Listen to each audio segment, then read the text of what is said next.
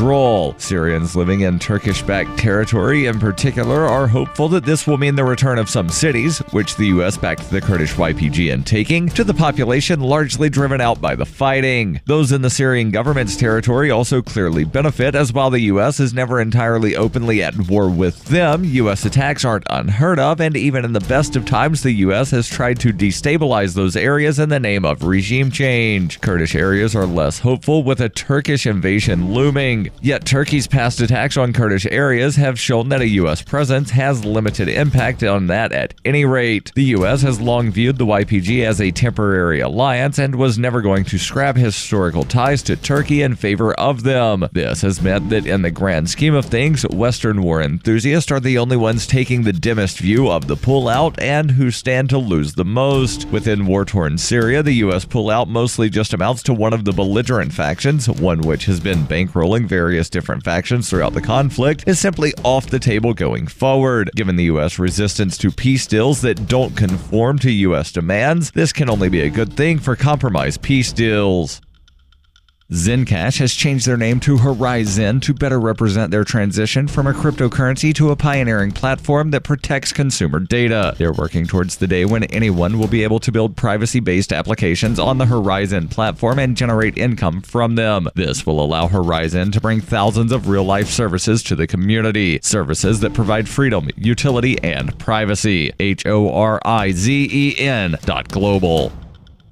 UPI reports President Donald Trump's budget director and chief of staff on Sunday said the partial U.S. government shutdown could continue until January 3rd when the new Congress convenes and Democrats take over the House of Representatives. Mick Mulvaney said on Fox News Sunday, "It's very possible this shutdown will go beyond December the 28th and into the new Congress," adding, "I don't think things are going to move very quickly here for the next few days because of the Christmas holiday." Mulvaney serves as director of the Office of Management and Budget and was named acting White House Chief of Staff 10 days ago. The U.S. Senate adjourned on Saturday, unable to break an impasse over Trump's demand for more funds for a wall on the border with Mexico that Democrats are unwilling to accept. Mulvaney said the White House made a counter-offer to Democrats on funding for border security that fell between the Democrats' offer of $1.3 billion and Trump's demand of $5 billion. As part of those talks on Saturday, Vice President Mike Pence offered to drop the demand for $5 billion for a border wall, substituting instead $2.1 billion, according to ABC News, citing unnamed sources. A Democratic source familiar with the negotiations said real discussions have been happening between Democratic lawmakers and Republican Senator Richard Shelby, the chairman of the Appropriations Committee, who has been talking to the White House. It was unclear what Democrats had offered. Mulvaney sought to shift blame for the partial shutdown to Nancy Pelosi, the Democratic nominee for Speaker of the House of Representatives, saying she might hold up negotiations to ensure that she secures the position. Pelosi spokesman Drew Hamill disputed that account, saying in a statement, "As Mr. Mulvaney well knows, House Democrats are united in their opposition to the president's immoral, expensive, and ineffective wall." Hamill said the White House should stop the posturing and start serious bipartisan talks. More than 400,000 essential employees in some federal agencies will work without pay until the dispute is resolved. Another 380,000 federal employees will be furloughed, meaning they are put on temporary leave. Law enforcement efforts, Border Patrol, mail delivery, and airport operations will remain active.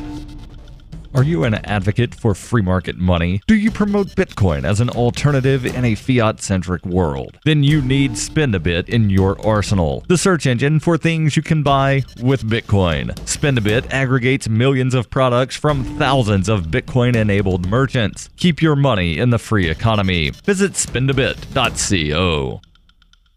This has been FPP Radio News, online at fppradio.com. Interesting new ad campaign from Applebee's, which is encouraging customers to visit the restaurant ironically. They're designed to attract young people to Applebee's by inviting them to ridicule its food service and atmosphere. Here, take a look. What do you guys want to do? We could go to Applebee's. No, let's seriously go to Applebee's. Okay. Look, guys, it's grilled. It's just like my neighborhood restaurant, only completely geographically non-specific. Yeah, nothing like a wild time at Applebee's, right? Applebee's. Wouldn't it be funny to go to Applebee's? I like Isn't that it. persuasive? Yeah. But, they're not resting on their laurels. They're adding new menu items designed to be ridiculed outright, like the fajita cordon bleu and the chicken strip explosion. Those sound ridiculous. I know, but so far this has been so successful that Applebee's is actually prepping a second series of ads aimed at customers who enjoy making fun of annoying young people who do things ironically. This is the Onion News Network.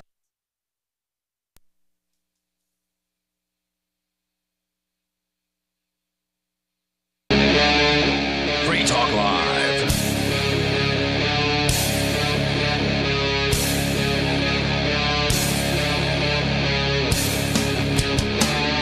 Hey, it's Free Talk Live. It is the Christmas Eve edition of the program, and we are here to take your calls and your thoughts about whatever happens to be on your mind.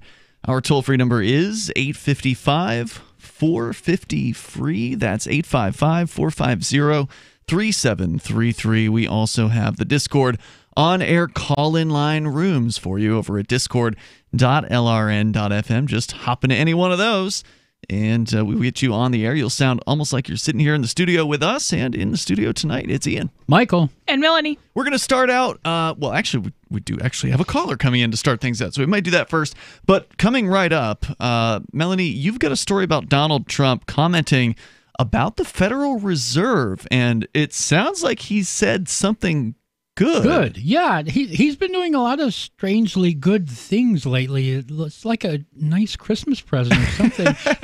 Who is this guy? This is not the Donald Trump we elected. Well, if you just do the same thing as the state in general. If you just do a whole bunch of stuff, then every now and then you're going to do something positive. Right. It's like the stopped clock theory. Well, but he's been right a little bit more than twice. Like he's done a few things. He went to did the North Korea kind of peace talks, and that was a huge. Yeah, everyone was saying he was going to start a nuclear war with North Korea, and next thing you know, it's peace. Right. Well, he did say when he was running that he was going to be a peace president. Now, he broke that right out the gate by dropping a bunch of bombs in the Middle East. But I actually have a story about something he said about the bombings and such in the Middle East from Vox.com. Trump lashes out at criticism over his decision to pull troops from Syria. And then, Melanie, you've got a different story about Trump, again, with the Federal Reserve. So I want to get into both of these statements here.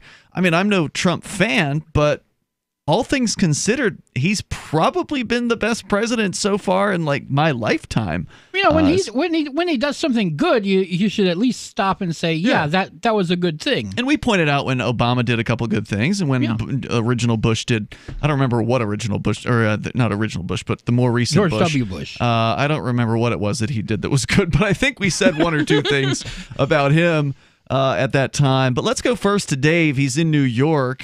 Dave, you're on Free Talk Live. Merry Christmas to you. Hey, hi guys. How you doing? Hey, what's on your mind there, Dave?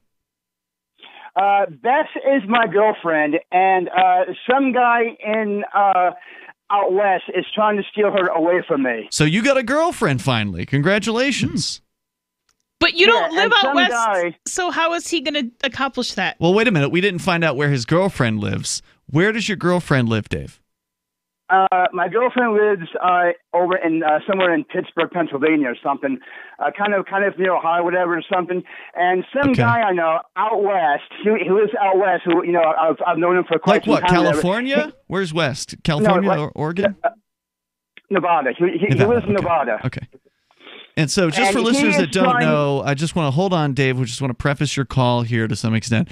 Dave in New York, a longtime caller of Free Talk Live, although more occasional these days. Usually he's got some sort of issue going on in his life, and usually they're created by Dave. So we're going to find out more about... That's true of everybody, though, to be fair. 99% of the time, everybody's issues are caused by themselves. No, not necessarily. Not if, there's another person who's causing those issues in your life. Let's say the police. Are you causing the police to come and arrest you and throw you in a prison cell? Not usually, but most people don't have that problem. So it's still true that for most people, their problems are caused by themselves. So Dave, take us back a little bit before we talk about this person in Nevada. Let's talk about the girlfriend, because one of the things that you complained about a lot in the past was not having a girlfriend. That's why I was saying congratulations that you got one. Can you take us through how you said her name was Beth? Yeah, her name is Beth. How did you meet Beth? You know, we met online. Oh, how did you meet online? Was it through a dating website? Or like something no, else? it's on Facebook and all that stuff. But like Facebook, no, whoa, slow down. I want to know. I mean, because I'm trying to do some online dating too. I want to know where to go to meet women. So Facebook has a dating site, or did you just happen to connect with her? Did you happen to connect with her through like one of your other friends? How'd you meet her on friends? Facebook? Yeah. I've known her for about 7 or 8 years. Okay. Oh, and, I see. You know. Yeah, and like and some guy I know out in Nevada is trying to steal her away from me to give to somebody else. Now hold on. Wait, to give to somebody else? Wait a minute. I want to get to the guy in Nevada, but I still want to know a little bit more. So you say you've known her for 7 or 8 years. Was she originally from the Poughkeepsie, New York area where you're from? Did you know her in real life, or have you known her online for 7 or 8 years? Oh my God. This is more difficult than calling It's Chris Cantwell. important information, Dave. We need to know this. I've known her for about 7 or 8 years. You know, we've been friends on Facebook for a good long time, and you know, and she's coming up here for New Year's Eve.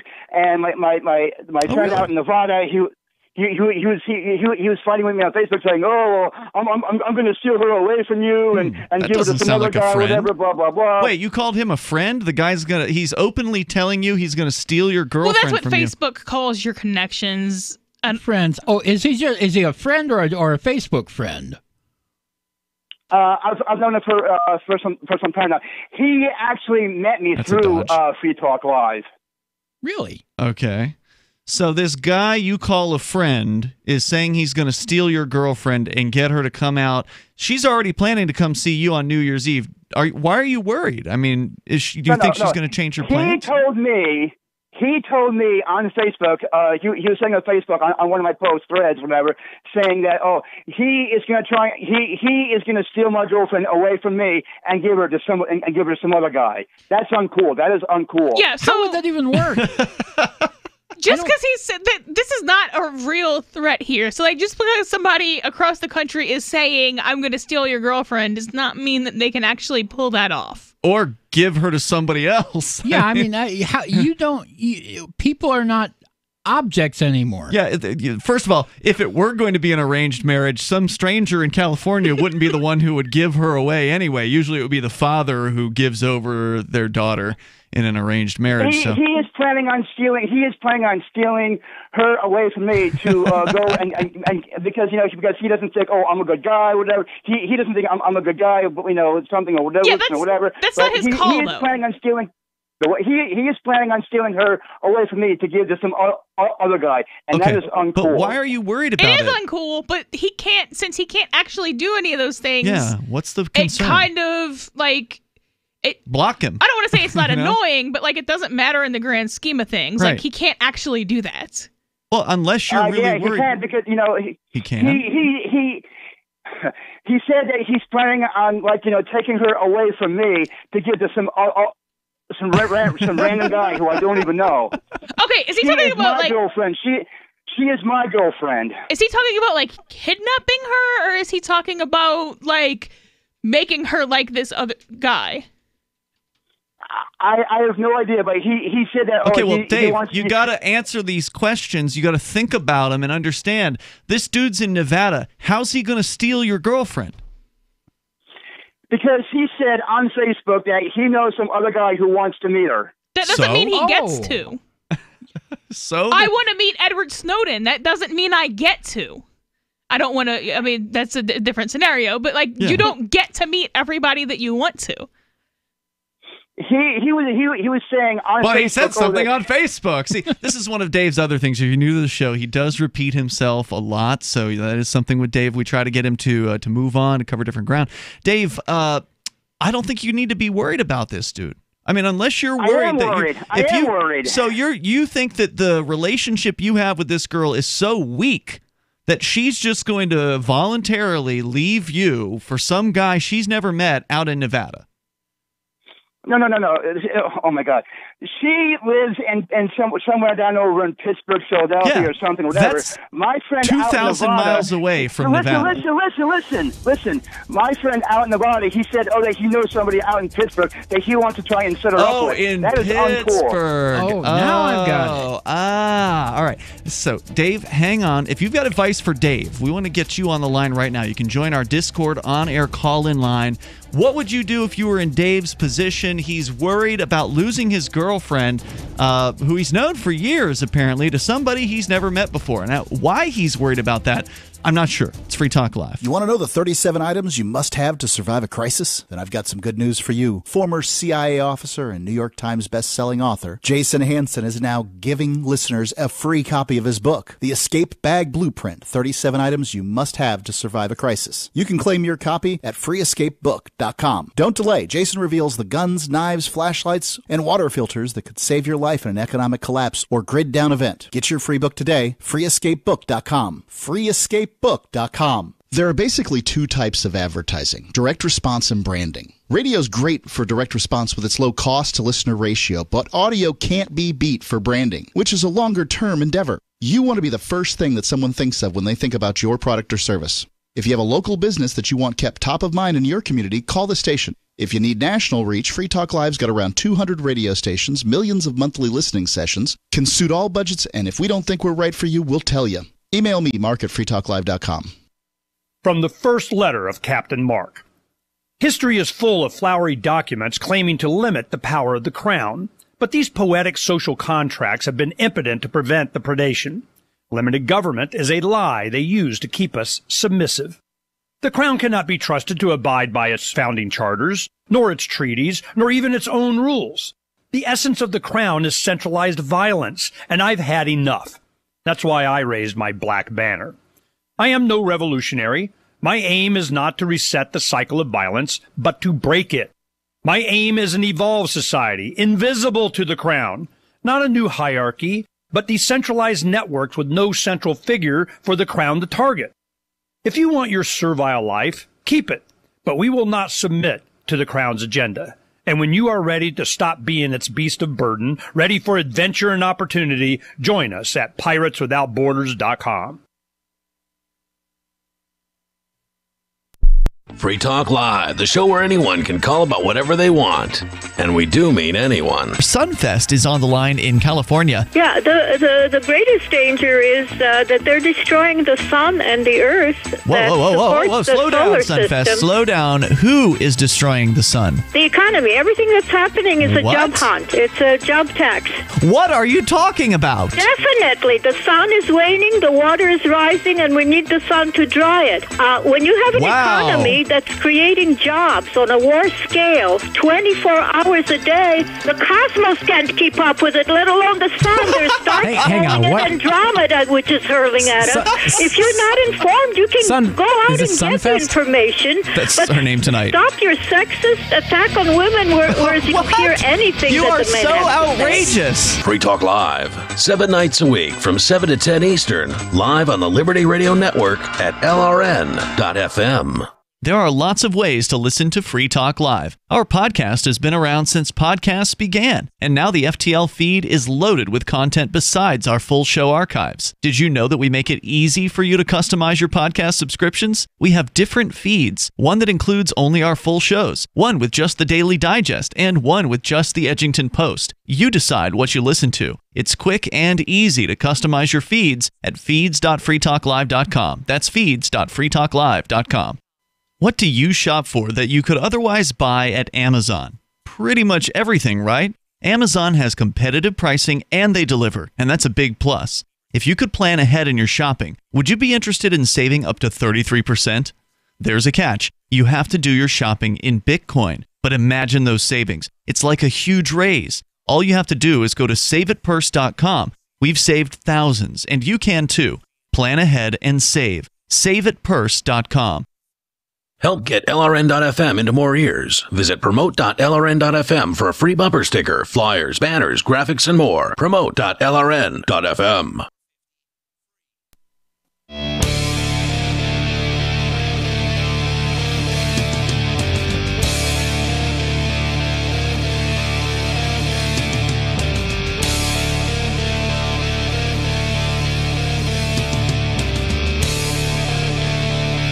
Free Talk Live. You can bring up anything you want here. Our toll-free number for you, 855-450-FREE, 855-450-3733. Donald Trump said some surprising things about the Federal Reserve and U.S. involvement in the Middle East recently. We got those quotes for you on the way. We'll talk about that. Of course, the phones are also open for you, where you can call in and talk about anything you want. In fact, we opened up the show with a call from Dave in New York. He's still on the line. We're going to bring him on here. He's looking for some advice. He's worried about his girlfriend being stolen from him. And we'll tell you about that a little bit more here in a moment. But I do want to also let you know that there's a former CIA officer and New York Times best-selling author, Jason Hansen. He's given away a book now that covers the 37 items that you must have to survive a crisis, things that can save your life in an economic collapse or grid-down event, at freeescapebook.com. It's the Escape Bag Blueprint. 37 items you must have to survive a crisis, and it's free for a limited time at freeescapebook.com. These 37 items don't come from some internet list. Instead, they come from Jason's experience as a CIA officer where he had escape bags. In his free book, he also gives advice on what are the best guns, knives, flashlights, and water filters to have in an economic collapse or grid down event. You can get your copy over at freeescapebook.com. That's freeescapebook.com. As we go back to Dave in New York. It is the Christmas Eve edition, by the way. We're here live, so we'll of course take your calls. If you want to talk to Dave, if you got advice for him, he's worried. He says he's got a girlfriend now, and for long time or people who aren't long-time listeners, Dave's called the show before on a number of occasions, and historically has, I don't think, ever had a girlfriend in the time of all the years that you've been calling the show. So kudos, Dave. You finally got a girlfriend. You said you've known her for several years. Now, you've been. When did you officially become her boyfriend? I would say probably around October, November of this year. And some guy out in Nevada who Slow down. I know you really want to talk about the guy in Nevada who's threatening to steal your girlfriend and give her to somebody else, you say. But I'm just curious, when you became her boyfriend, what was that like? Did you ask her on a date? Did you ask her to be your girlfriend? Like, how do you, when did you finally get to that phase of the relationship? What was it? Like, really officially met and all that stuff, but like, Wait, did you say you've never officially met? We haven't officially met, but we've known each other for a very good long time. So you asked her out online, or you asked her to be your girlfriend online? Yeah. Aha. Okay. Well, sorry about that, Michael. Let me. I forgot your microphone there. What was that? I said the plot thickens. Yeah. So. Yeah, and some guy out in Nevada is planning. He told me on one of my Facebook threads. He was saying that he said he was going to steal your girlfriend. He was saying, yeah, because he said that he knows some guy out in Pittsburgh or something that he wants to hook her up with. That's not happening. That is not happening. Well, now wait a minute. So one of the problems here is when we're in the first segment of the show, I thought there was. Like you'd actually met the girl, that when you said you'd known her for several years, you weren't real clear as to whether or not you actually knew her in real life, and it turns out you don't. So I do say that, this, like you said, the plot thickens here. This does complicate matters, given that, the reality is people, they want attention, right? Like they want to be together in real life with another human being. I mean, it's nice to have somebody online that you can say is close to you, but if they're not physically close to you, are they really your girlfriend? Yeah, you've got a long distance. If you agree that you are, because that's how contracts work. But Dave, have you ever Skyped or FaceTime or any video chatted with this person? We do texting. We do texting and emails back and forth. Video, though. On Facebook. The what? Anything on video, though? Yes or no? No, not really. No. Yeah, I would. She knows who I am. She knows who I am. She can know who you are, but I would definitely recommend that. There's a chance you're not dealing with a girl here, Dave. Yeah, that is possible. You could very well be chatting with another man. You understand that, right? Yeah, you could be getting catfished. Oh my God. She is not another man, because Alyssa is a man, but this girl I know because I've seen her Instagram, I know who she is, so yeah, she's a real person. What has she said to you to indicate that she wanted to be your girlfriend? What was that conversation like? That conversation was private, but anyway. Okay, but do you talk to her every day? Yes. Okay. And so what does she do? What does she do for a living? She works. That's what I'm going to say. She works. You can't say what industry? I would say retail, entertainment. She's a stripper. Maybe sales, retail. It's kind of hard to explain. That sounds shifty. It's hard that does sound a little strange. I mean, if she's a drug dealer, that's fine. You can just come right out and say that. It's not like we, Well, cops do listen to this show, so maybe don't say that. Yeah, but nobody knows. All I'm trying to say is that my friend out in Nevada, he said that he knows some guy out in Pittsburgh that he wants to try. She's not. Whoa. I know you are repeating yourself again here, but look. Here's what I want to know, because you'd called in previously. One of the more recent calls earlier this year was about a cam girl that you were obsessed with. She's not a cam girl, is she? No, she's not a cam girl. No, okay. So you knew this girl, you said, for 7 or 8 years. How did you meet her originally on the internet? We just met on Facebook, and I think she heard me calling into your show, I think. Oh, really? All right. And so that's how she met you. Well, there you go. So we're bringing people together. Of course, you're still not real sure that she's actually a woman because you haven't actually met her in real life. Yeah, catfish. She is a woman. Now, what does that mean? Catfish. What does that mean? Catfish. That's when you're talking to someone online. You think they're one thing and they turn out to be something else. Oh, right. So whatever that might mean. Maybe it's a man masquerading as a woman. You end up finding that out later when things get hot and heavy, and then you're a little bit surprised. Dave, so you said she was going to come see you on New Year's Eve. Has she given any indication that she's going to cancel those plans? No, she hasn't. All right, well then I wouldn't worry about it. If she's really that I am going to worry. But you know what, Dave? It doesn't make a difference. I'm just going to put you on hold. You just keep saying the same thing over and over again. It doesn't. If you're worrying about a thing, it doesn't actually make things better. Yeah, it doesn't help. It doesn't make you feel any better. It doesn't change how that other person is going to handle that situation. If she's actually really into you, and nobody else called in, by the way, with any advice for Dave, so this is my advice. If she's actually really into you, Dave, she's going to show up for New Year's Eve, and you guys are going to have a good time, hopefully. Yeah, show up, meet her, find out what's going on, have a good time. Whatever happens, happens. Yeah, and if it doesn't work out, it's okay. If it turns out there's somebody else in Pennsylvania that she gets into, which there's a good chance she will, right? Like long-distance relationships tend to not really work very well. Yeah, it's very difficult to carry on a long-distance relationship. Yeah, and do you have any plans of moving down there, or does she have any plans of moving up to New York? He's just going to keep saying the same thing. Thank you, Dave, for the call tonight. That's enough of out of Dave. Thank you.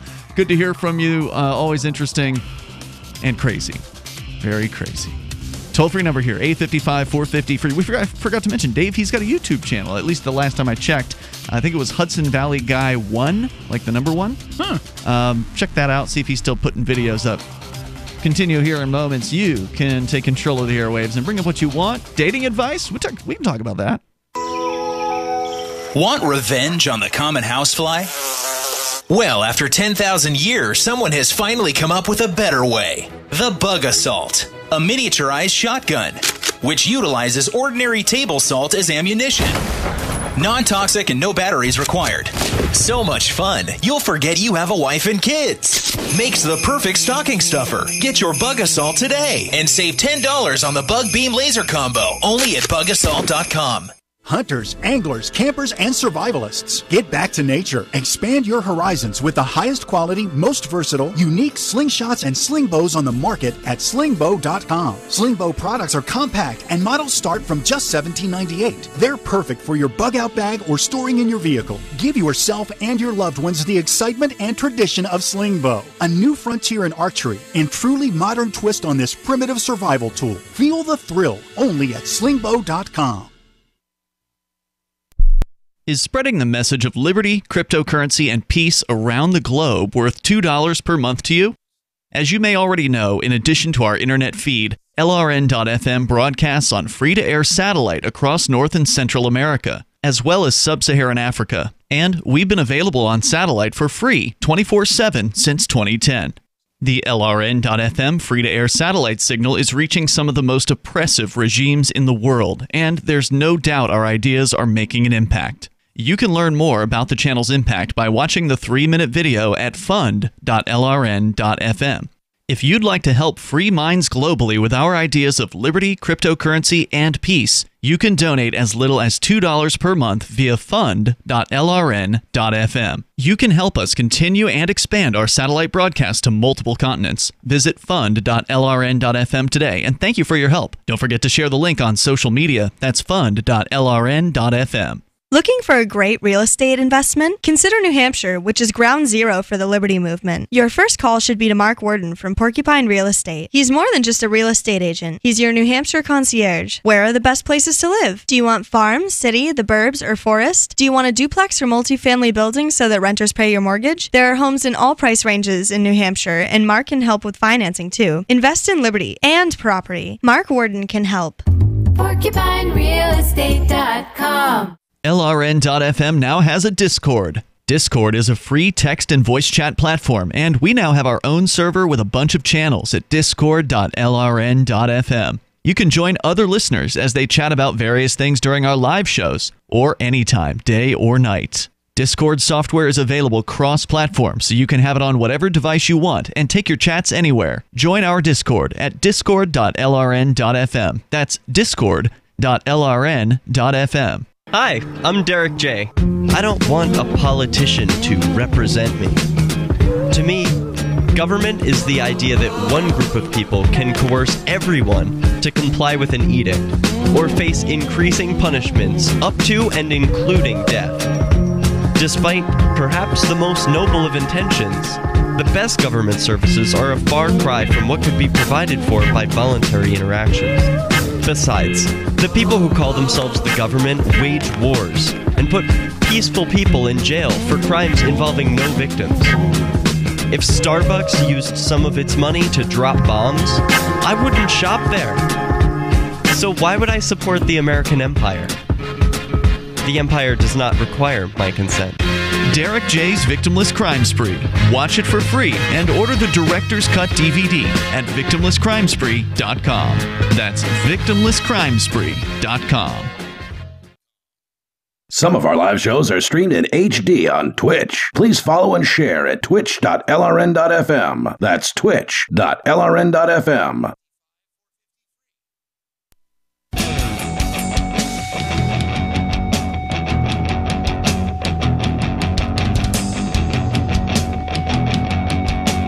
Free Talk Live. This is the Christmas Eve edition of the program. Our toll-free number for you is 855-450-FREE. That's 855-450-3733. Joining you in the studio tonight, it's Ian, Michael, and Melanie. We just got off the phone with Dave in New York, and he claims that he's got a girlfriend. And then in the second segment, we found out that, well, turns out he's never actually met the girl. Alleged girl, right? So we don't really know if it's an actual female. But well, I mean, and you don't have to be the opposite gender to have a completely fabricated online life. No doubt about that. And then, Michael, you just made a comment right at the end of the break, so people weren't able to hear you say this, but I wanted to talk about it on the air. You said if he hasn't met her in real life, she's not really his girlfriend. Not yet.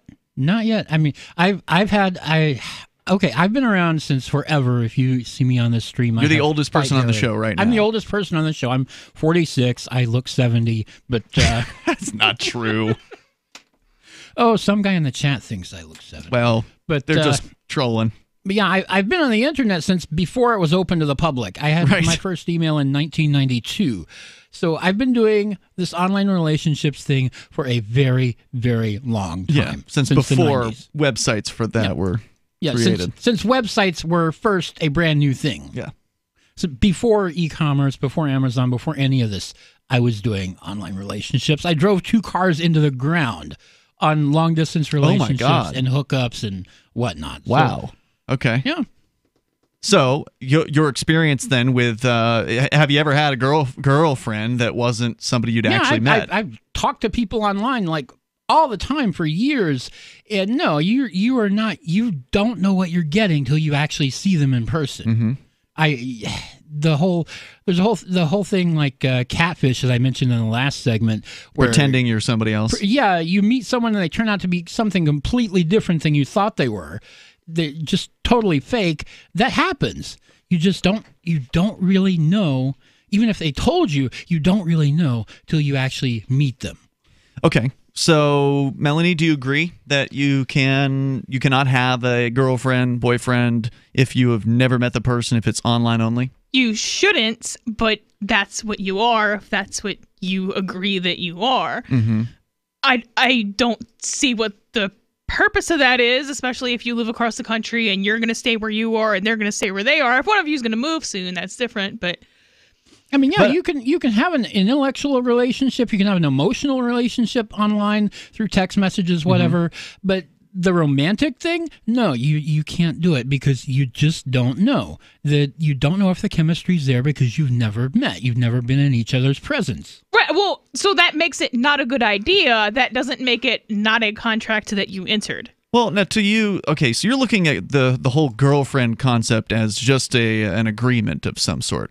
What would that agreement entail for people that have never actually met in real life? I mean, so you would... I mean, it can entail whatever you want, but, kind of some of the standard. How do you know that person has signed a contract if you've never even seen them in real life? Well, they haven't signed a contract. I mean, yeah, most people don't sign a piece of paper saying they're going to be your girlfriend, right? Right. So, is it really a contract? Most social contracts aren't written, although I guess some more... Well, marriages could be written down, right? Like they're recorded in some way, shape, or form. Like some really rich people have prenups, but they take vows, and there are prenups involved in a lot of marriages. I mean, you don't usually sign a written contract for a marriage. Usually. But you're at the very least taking vows in front of other people. Yes. If what you're saying is somebody's like sending a text message to another person saying, "Do you want to be my girlfriend?" If there are no terms along with that, then are you going to say that there are certain things that apply by default? Like, does monogamy apply by default? Or is that something you ought to talk about? I think it depends on where you live, although it's always best to talk about everything. Mm-hmm. So if you live in a place where monogamy is the default, and I guess that makes it complicated if one of you lives in New York and one of you lives in Utah. Wait, is monogamy not the default in New York or Utah? Well, Utah is where all the Mormons live. Yeah, I think she's suggesting that polygamy or whatever happens, or polyamory. Yeah, for some reason I was thinking you were thinking monogamy was not the default in New York. I'm going to agree with you on this, though, Michael. A little confused. I don't think you can be a boyfriend/girlfriend in a relationship with somebody, a romantic relationship, without actually having met that person in real life. I don't think that you can. I don't think that's whatever it is that you have. It ain't real. Oh, so what if they actually go through and break down the contract and they're like, "This is my girlfriend contract," and they actually I think Adam Kokesh did that. Negotiate all of the clauses and then sign it. Ridiculous. I think it's ridiculous. Because you have this weird attachment to physical contracts, and you email each other and you physically sign it instead of even doing the click sign, and you scan it back. You got somebody you've contracted with, but I don't think you've got an actual girlfriend in that case, because I think a relationship, a romantic relationship, at least from my understanding of it, is about physical connectedness. Yeah, there is the component of physical attraction and physicality. I mean, even for an asexual. So if somebody enters a relationship with somebody who they're not attracted to, I don't disagree that that's a bad plan. But is that then not a relationship because that component isn't there? No, I'm not saying that. You still do have the intellectual and the emotional, which you can certainly develop a relationship with someone completely over text with never seeing even a picture of them. Well, is it still not a girlfriend-boyfriend relationship if someone gets in a relationship that they're not attracted with the other person? No, I agree you should not do that. No, wait. Just to be clear, what you're saying is you're getting into a physical reality relationship where two people come together, but they have no attraction whatsoever. Or at least one of them or both of them or whatever. Is there any touch involved at any point? Is there any snuggling, any cuddling? Is there any kind of, connection, any physical connection? So your more religious people aren't really girlfriend and boyfriend because they have, different lines they will and will not cross before marriage. Okay, are there religious people that don't hold hands before marriage? Yes, there are. Oh my goodness. I have never heard of that. Well, and I grew up in the South. I mean, I'm not going to deny that it could be true. There probably are some super, I'm not super saying conservative. it's like 90% of religious people, but they exist. I'm not going to deny that that could be true. I'm not doubting you. I'm just surprised because I'd never heard of it. But yeah, I mean, it would seem that if you have not touched the other person, I don't know what you got. You've got a relationship of some sort, but it would seem to me that, again, humans, I guess a psychopath out there wouldn't necessarily care about being touched, right? Like there's certain humans that are on the outside that don't want affection from other people, but generally that's something that people are looking for, right? They're looking for somebody that they can receive and give affection to and from. But that's what you want, and so that's, why you shouldn't do that. But you shouldn't do what? You shouldn't enter a relationship with somebody who lives across the planet from you. Well, that either. Yeah. Who lives across the planet from you, and neither one of you has solid plans to move in the immediate future.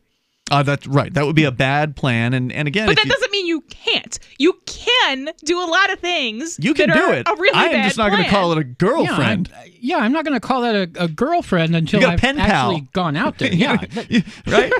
You got a pen pal. It's like the guys in jail. The guys in prison. Pal, all right. They get girlfriends with quotes around them on the outside who write to them. And they're not really their girlfriend until they get out of prison, and then they actually get together and have some sort of actual or at least show up to the prison for a visit. Like even now, look, we were. I don't know if it was right before this show, but tonight somebody mentioned asexuals off the air, and I think that I don't know any asexuals. At least nobody's told me that they are, but I think some of them are still interested in physical contact. They're just not interested in sexual contact. That's what I've been told. Yeah. So they would still want to hold somebody's hand or, cuddle or whatever, because people tend to want that. Unless they're psychopaths. Right. People tend to want contact with other human beings. If you're asexual, please give us a call because I want to hear from you. For sure. Toll-free number here tonight, 855-450-FREE. We're here live. It is the Christmas Eve edition of the show. We're talking about relationships, 855-450-3733. You can have an online relationship, but you're not somebody's girlfriend or boyfriend, I don't think. Now, I know that there's at least one person in our chat room regularly who disagrees. We got more coming up, though. It's Free Talk Live. We have some good news. The indictments against Ross Ulbricht in the District of Maryland were dismissed with prejudice, meaning they can never be refiled. This is especially good because those indictments contain the only charge ever made that Ross engaged in murder for hire. This was a serious allegation that Ross Ulbricht denies. It was never prosecuted or ruled on by a jury, but was trumpeted by the federal government and the media as if it were proven fact. The Maryland court held these indictments for almost 5 years, poisoning Ross's case and leaving him under a cloud of unproven allegations. As explained in Ross's appeal to the Supreme Court, the fact that the judge used these allegations to give Ross a draconian sentence of double life without parole violated his Sixth Amendment right to a jury trial. Judges are required to issue sentences based on convictions decided by a jury, not unproven allegations never even charged at trial. Although this is a positive development, the dropped indictment will not set Ross free. Now, a presidential pardon is Ross's only hope of freedom. Sign the petition at freeross.org. freeross.org. Hugs at the arrival gate. Hey! I missed you so much. Seeing your best bud for the first time in a long time. Family and friends around the table.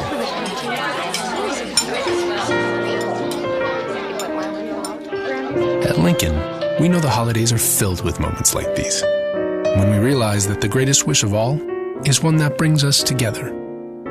In that spirit, we invite you into our home during the Lincoln Wishlist event. Where not coincidentally, we're making wishes come true with exceptional offers on the Lincoln family of luxury vehicles. The Lincoln Continental, the MKZ, the MKC, the new Nautilus, and the iconic Navigator. The Lincoln Wishlist event. Because wishes really do come true at your Lincoln dealer. On Free Talk Live, we're bringing people to the ideas of liberty every day. From wrestling superstars like Glenn Jacobs. You guys really are having an impact, I believe. Like I said, a lot of where I am now is due to listening to Free Talk Live. You changed my mind on some very important issues years ago. To random people tuning in on the radio. I was kind of stuck in the left-right paradigm. I heard your show by chance on a Saturday night. From there, I went on, joined the Free State Project, and become an amplifier. So, I mean, that's really the reason why I amp is because I know that if it wasn't for you guys being on as many stations as you are, I never would have found the ideas of liberty. Your amp will directly change more lives by getting Free Talk Live in front of people looking for talk radio online and on the air. When you amp Free Talk Live, you get perks like access to the AMP-only Facebook group and AMP podcast. Visit amp.freetalklive.com. The LRN.FM's social media channels have been revamped. We've eliminated Facebook and focused on other platforms like Twitter and Mastodon, the decentralized alternative to Twitter. On our accounts, you'll find posts from multiple LRN.FM show hosts together in one place. Follow us on Twitter at twitter.lrn.fm, or better yet, move to the decentralized Mastodon social media platform at toot.lrn.fm, toot.lrn.fm. I think you'll like it.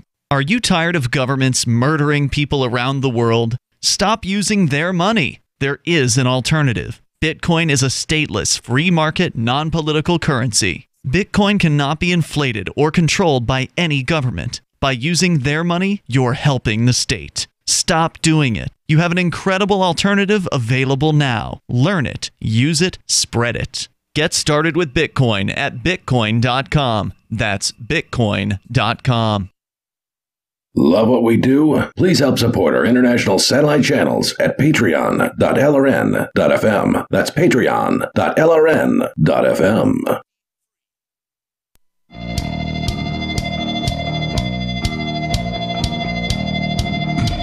It is Free Talk Live. We're here. We'll take your calls on this new New Year's. That's next week. Christmas Eve edition of the show. We're here on all the eves, though, by the way. We're here on all the days, all the eves. New Year's Day, New Year's Eve, Christmas Day, Christmas Eve. We're here throughout, and we're live, so thank you for joining us. Thank you for listening. If you want to participate, the phone lines are open at 855-450 free. We are talking about relationships. We'll get into Donald Trump and some of the things he said recently that were actually surprisingly good.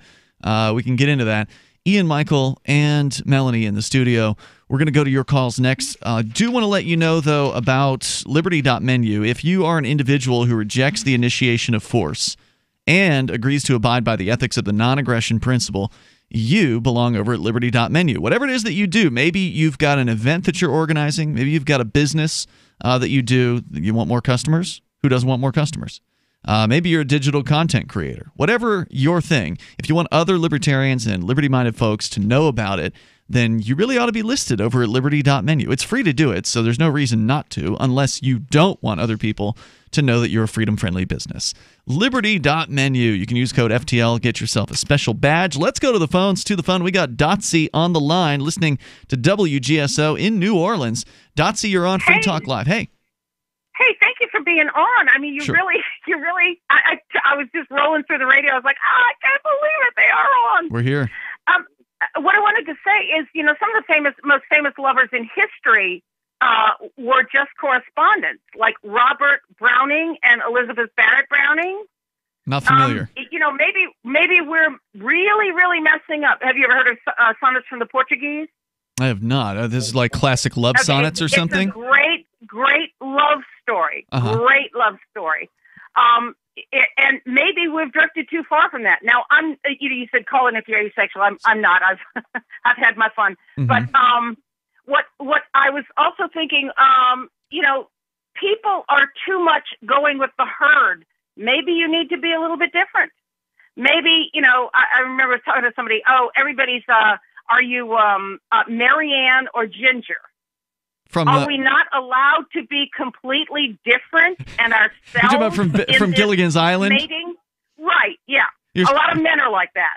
Okay. And I'm like, are we not allowed to be something different? Why this herd mentality of everybody's spread eagle or everybody's, cloistered nun? Maybe we kind of need to do our own thing. Yeah, huh? sure. Y'all are Free Talk Live. Absolutely. I think that's great. I think Don't that people do the herd mentality. I'm not Don't with you. do it. Everybody's different. different. Yeah, absolutely. Everybody is different.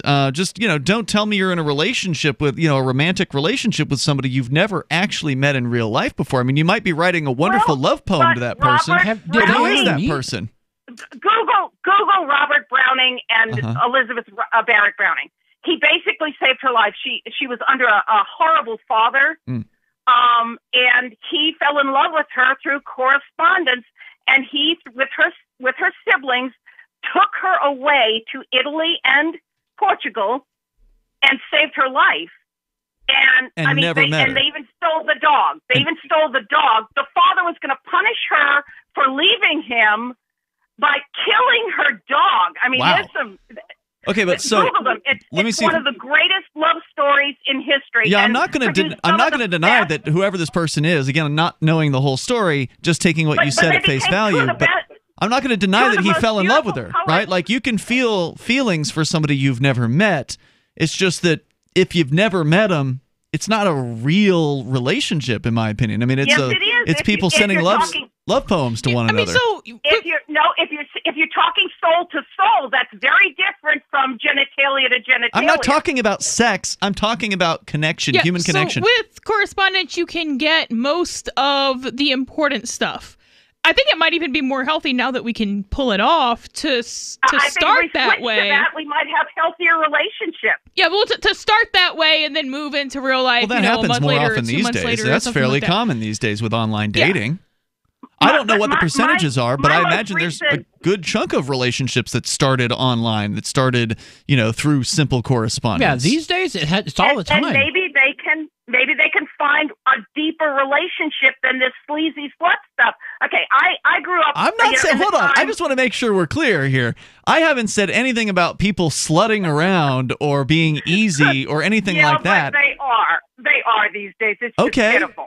Well, And you I'll can't take your rely word on for it. that if you're. I mean, I guess you can if you're like videoing things, but you can't really rely on that as heavily if you're not physically there.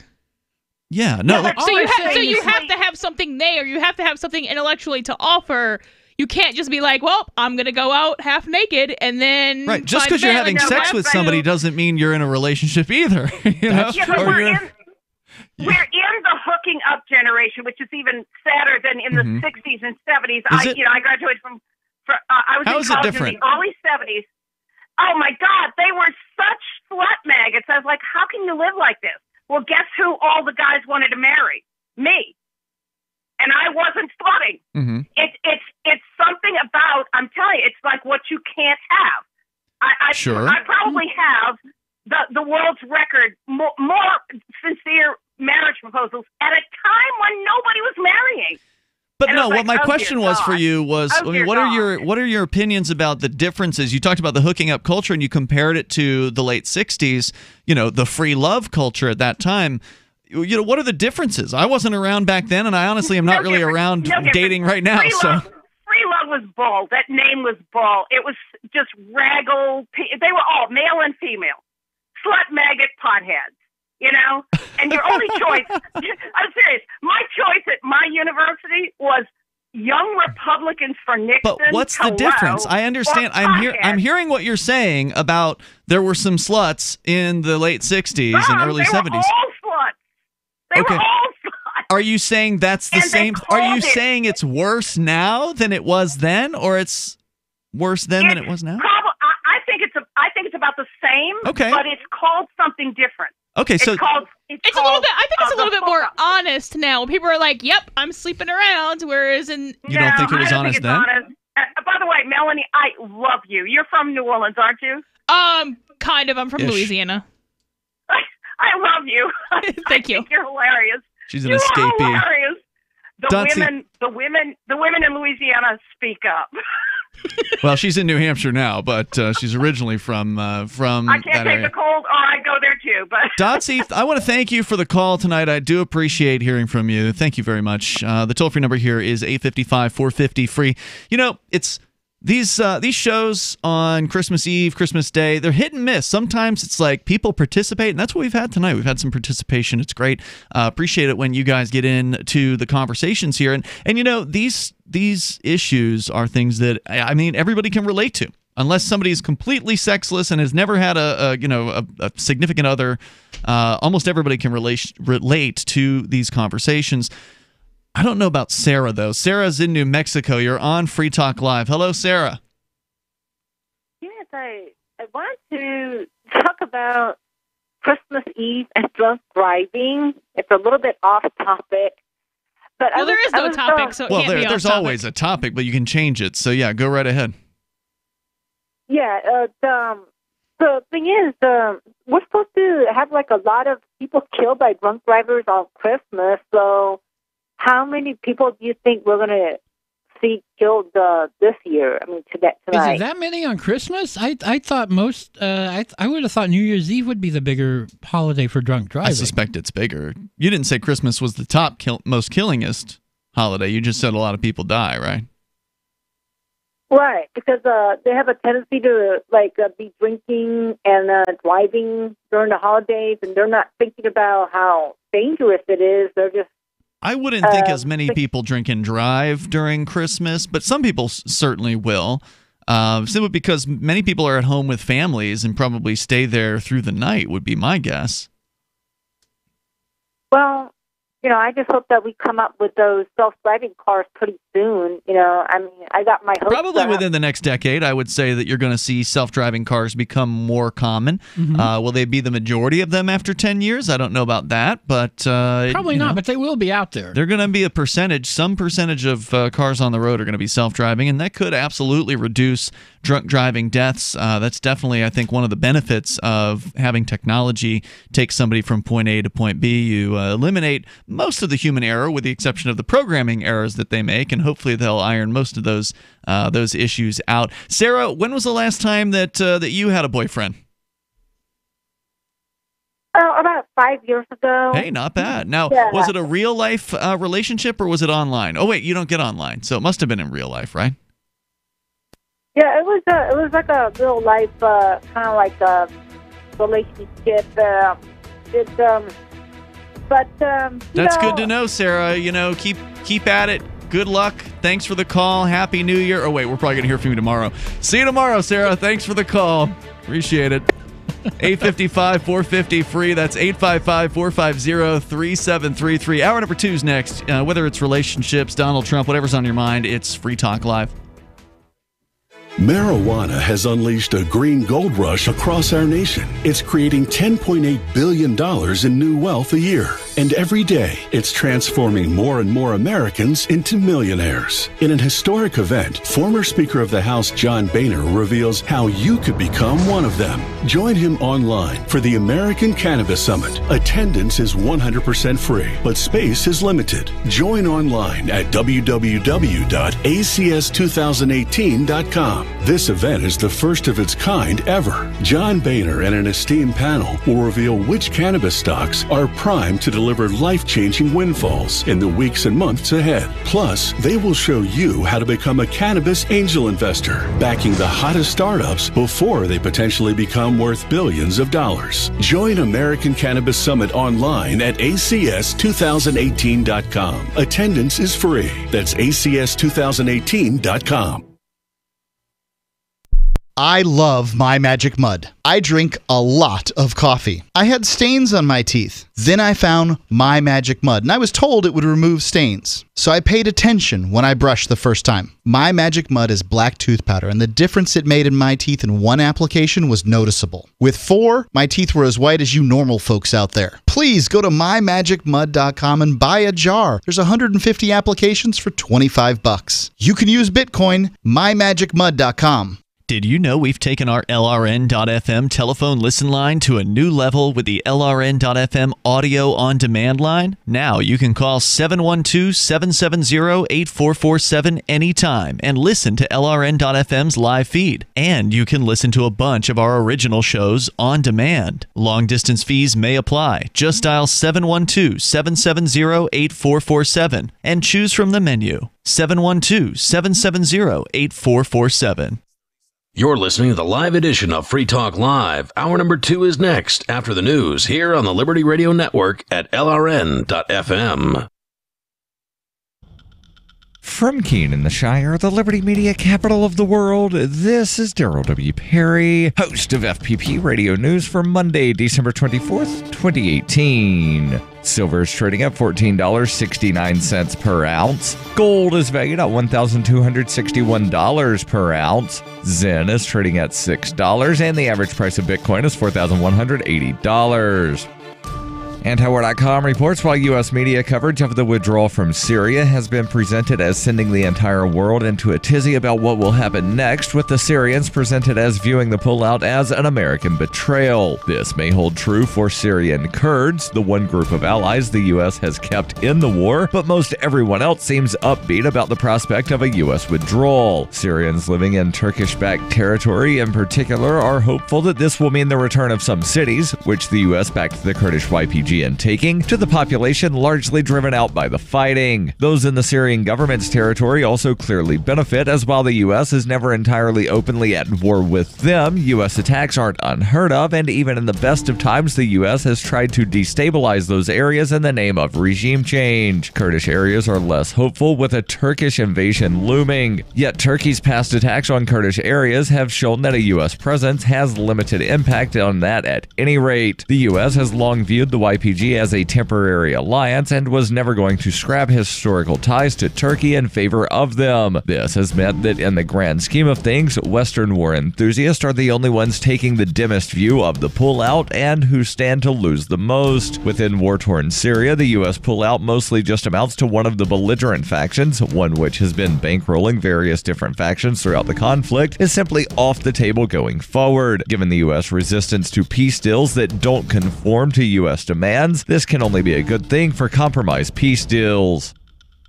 Zencash has changed their name to Horizon to better represent their transition from a cryptocurrency to a pioneering platform that protects consumer data. They're working towards the day when anyone will be able to build privacy-based applications on the Horizon platform and generate income from them. This will allow Horizon to bring thousands of real-life services to the community. Services that provide freedom, utility, and privacy. HORIZEN.global.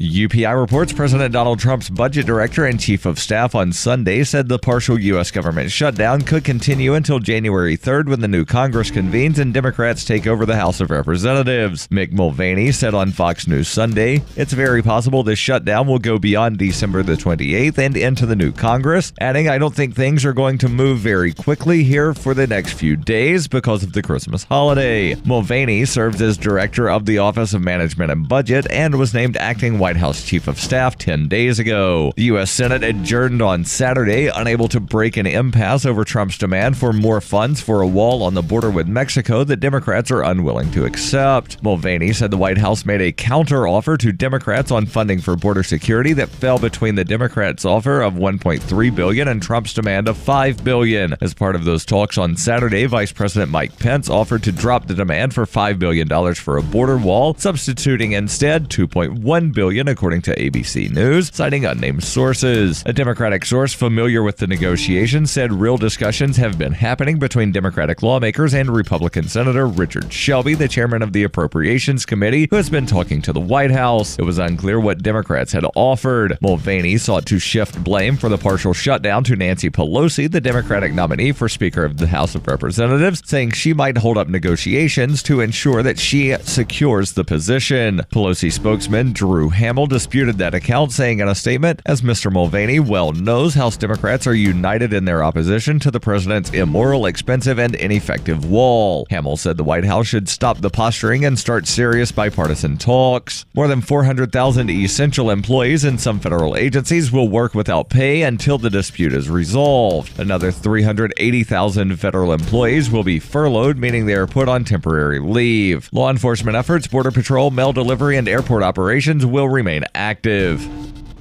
Are you an advocate for free market money? Do you promote Bitcoin as an alternative in a fiat-centric world? Then you need Spendabit in your arsenal, the search engine for things you can buy with Bitcoin. Spendabit aggregates millions of products from thousands of Bitcoin-enabled merchants. Keep your money in the free economy. Visit spendabit.co. This has been FPP Radio News, online at fppradio.com.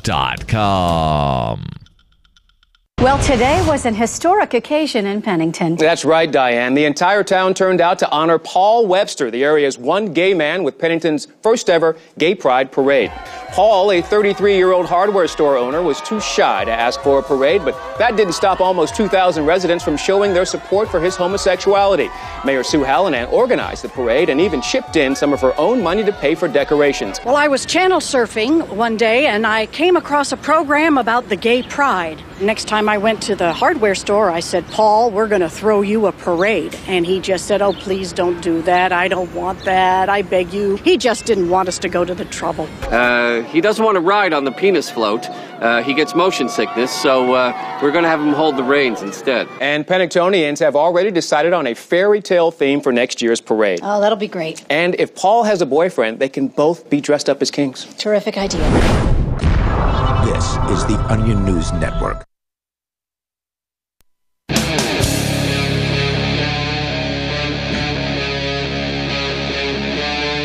Free Talk Live. It is Free Talk Live. You can bring up whatever you want. Our toll-free number here is 855-450-FREE, like freedom. That's 855-450-3733. We do have the Discord on-air call-in line rooms.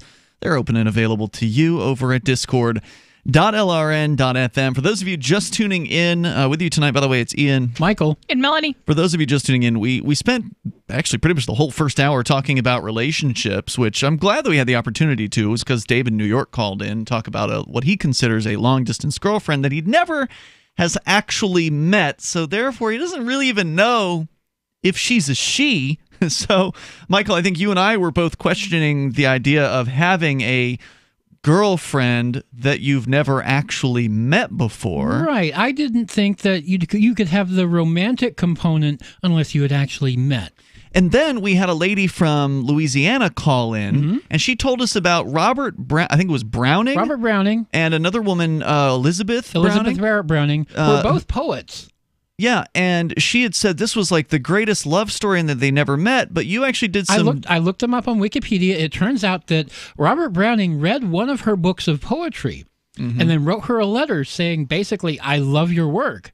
Well, I'm really paraphrasing here because she's much better at being... eloquent than I am. Right. So...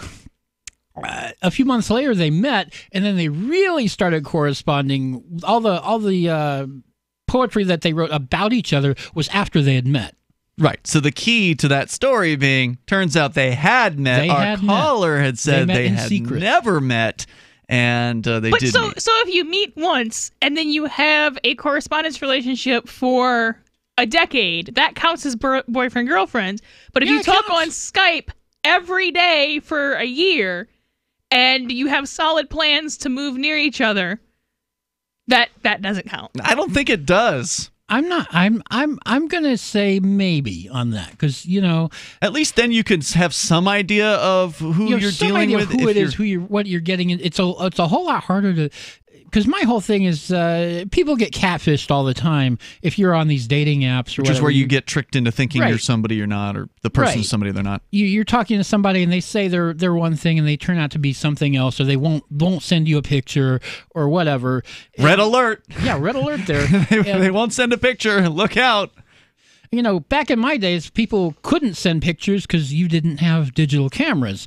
But yeah, now to be fair, I mean, I'm on the dating apps, and so you will see a number of trans people on there, but a lot of them will identify. They'll just say straight out, "Hey, I'm trans. I'm trans." So, yeah, and it's not very nice to pretend like you're something that you're not. Be straightforward, be honest. But I thought it was interesting that turns out these lovers that she was making sound as though they'd never met and had this long distance relationship. No, it turns out they actually had met.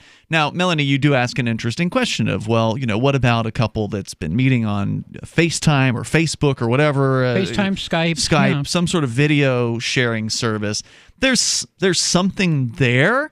But again, I think you used the term chemistry earlier. You still don't really know, right? Until you're actually with the person, physically present and there. You can't be 100%. You maybe you might be 90% smell bad with a video chat. They might smell bad in real life, and you know what? Most people don't smell bad because most people have access to baths. No. It's not even that. It's not smelling bad because you haven't bathed. It's smelling. Everyone has like a natural scent. Right.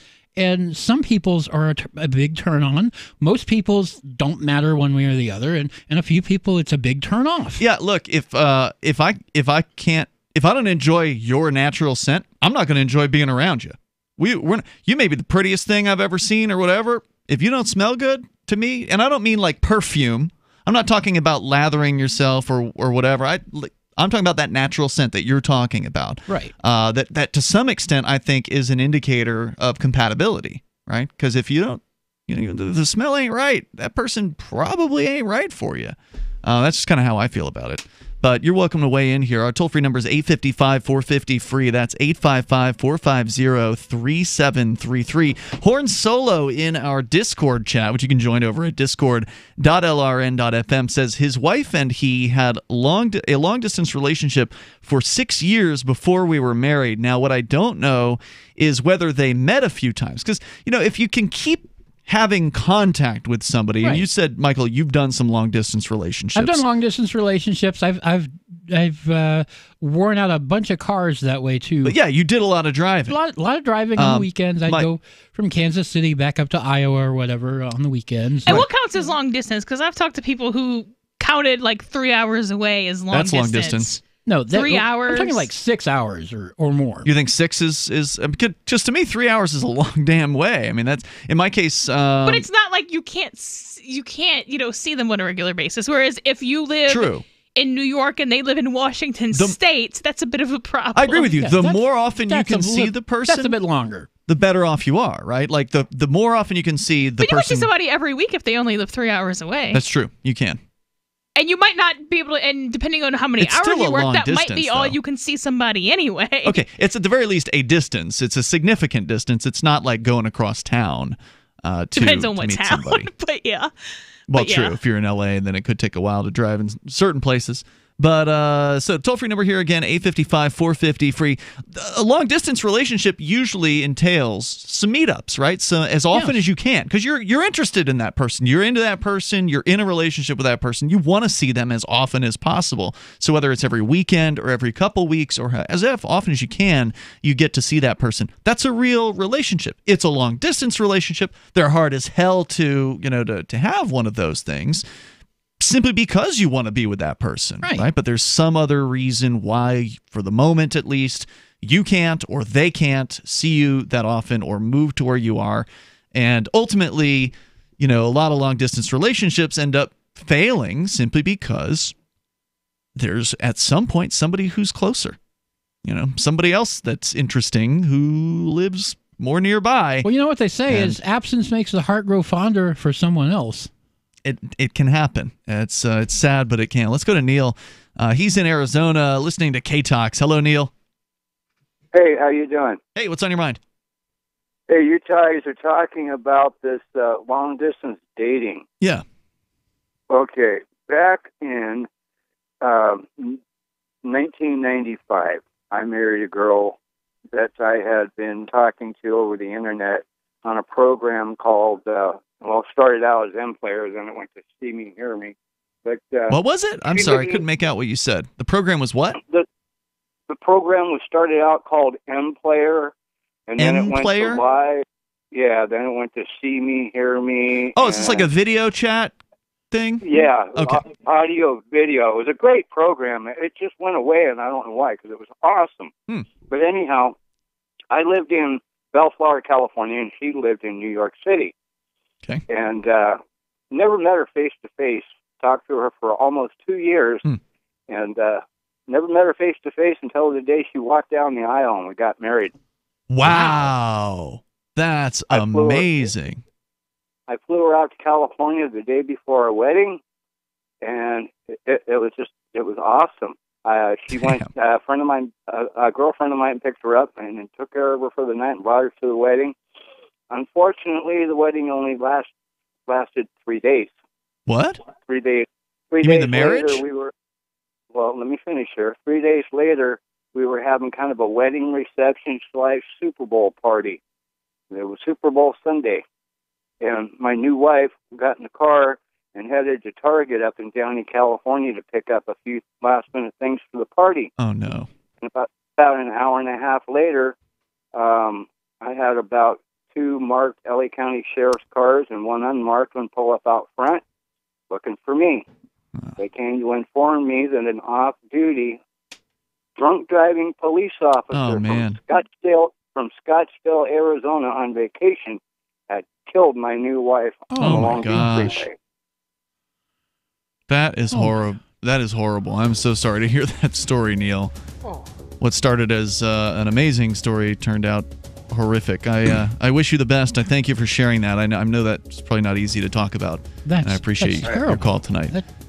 Wow. That just hit me pretty hard. Toll-free number 855-450-FREE. That's 855-450-3733. And to have it be an off-duty drunk cop is like insult to injury. More coming up in moments. Free Talk Live. She's such a beautiful little puppy. I mean, we walk around the block and neighbors always say, her hair is so beautiful. Healthy and shiny and glossy. DINOVITE.com. Fatty acids, omega-3s, and omega-6s are great for healthy skin and soft, shiny coats. I would really recommend people starting their puppies on Dynavite before they get into what I would call the misery index. Bad skin, bad ears, bad breath. Because if they're getting all their vitamins, micronutrients, microbials from the beginning, then you're not going to run into the problems associated with the allergies, grass, pollen, dust, dirt, fleas, ticks, you name it, and the itching and shedding down the road. Our vitamins and enzymes replace the nutrients cooked out of most commercial dog foods. Dynavite for life. This is Ed Lukasevic and Cindy Lukasevic, inviting you and your pets to Dynavite. 859-428-1000. DINOVITE.com. Hello, I'm Mike Lindell, the inventor of MyPillow, and like all of you out there, I had problems sleeping. Pillows would go flat, I would flip-flop all night long, I would wake up with a sore neck, maybe a headache, or feel like I needed a nap even though I slept 8 hours. When I invented MyPillow, I wanted it to where you could move the patented fill to give you the exact support you need as an individual, regardless of sleep position. MyPillow will get you into that deep sleep faster, and you will stay there longer. It's not about how much time we spend in bed, it's about how much of that quality sleep we get. I do all of my own manufacturing right here in the United States. I have a 10-year warranty. You can wash and dry my pillow, and I give you a 60-day money-back guarantee, so you have nothing to lose. And here's Mike's best offer ever. My Pillow is now offering 50% off their 4-pack special plus free shipping. Go to mypillow.com or call 800-951-5617 and use promo code FTL. That's 50% off plus free shipping. Don't delay. Order now. The Free State Project has reached its goal of 20,000 liberty lovers who've pledged to move to New Hampshire and get active to achieve liberty in our lifetime. Perhaps you're trying to figure out what part of New Hampshire should be your destination. If so, consider Keene. You'll find more than 150 reasons to move to Keene at move.freekeene.com. Keene is famous for its historic, publicity-generating activism, as well as being the liberty media capital of the world. It's home to freekeene.com, New Hampshire's destination for liberty activism, news, and opinion. For years, we've been compiling over 150 reasons to move to Keene at move.freekeene.com, where you'll learn about some of what's happening here and what makes Keene a great place to live. If you love liberty, you'll probably enjoy anywhere you end up in the Shire. But do your due diligence first. Please visit move.freekeene.com for the full list of over 150 reasons to move to Keene. That's move.freekeene.com.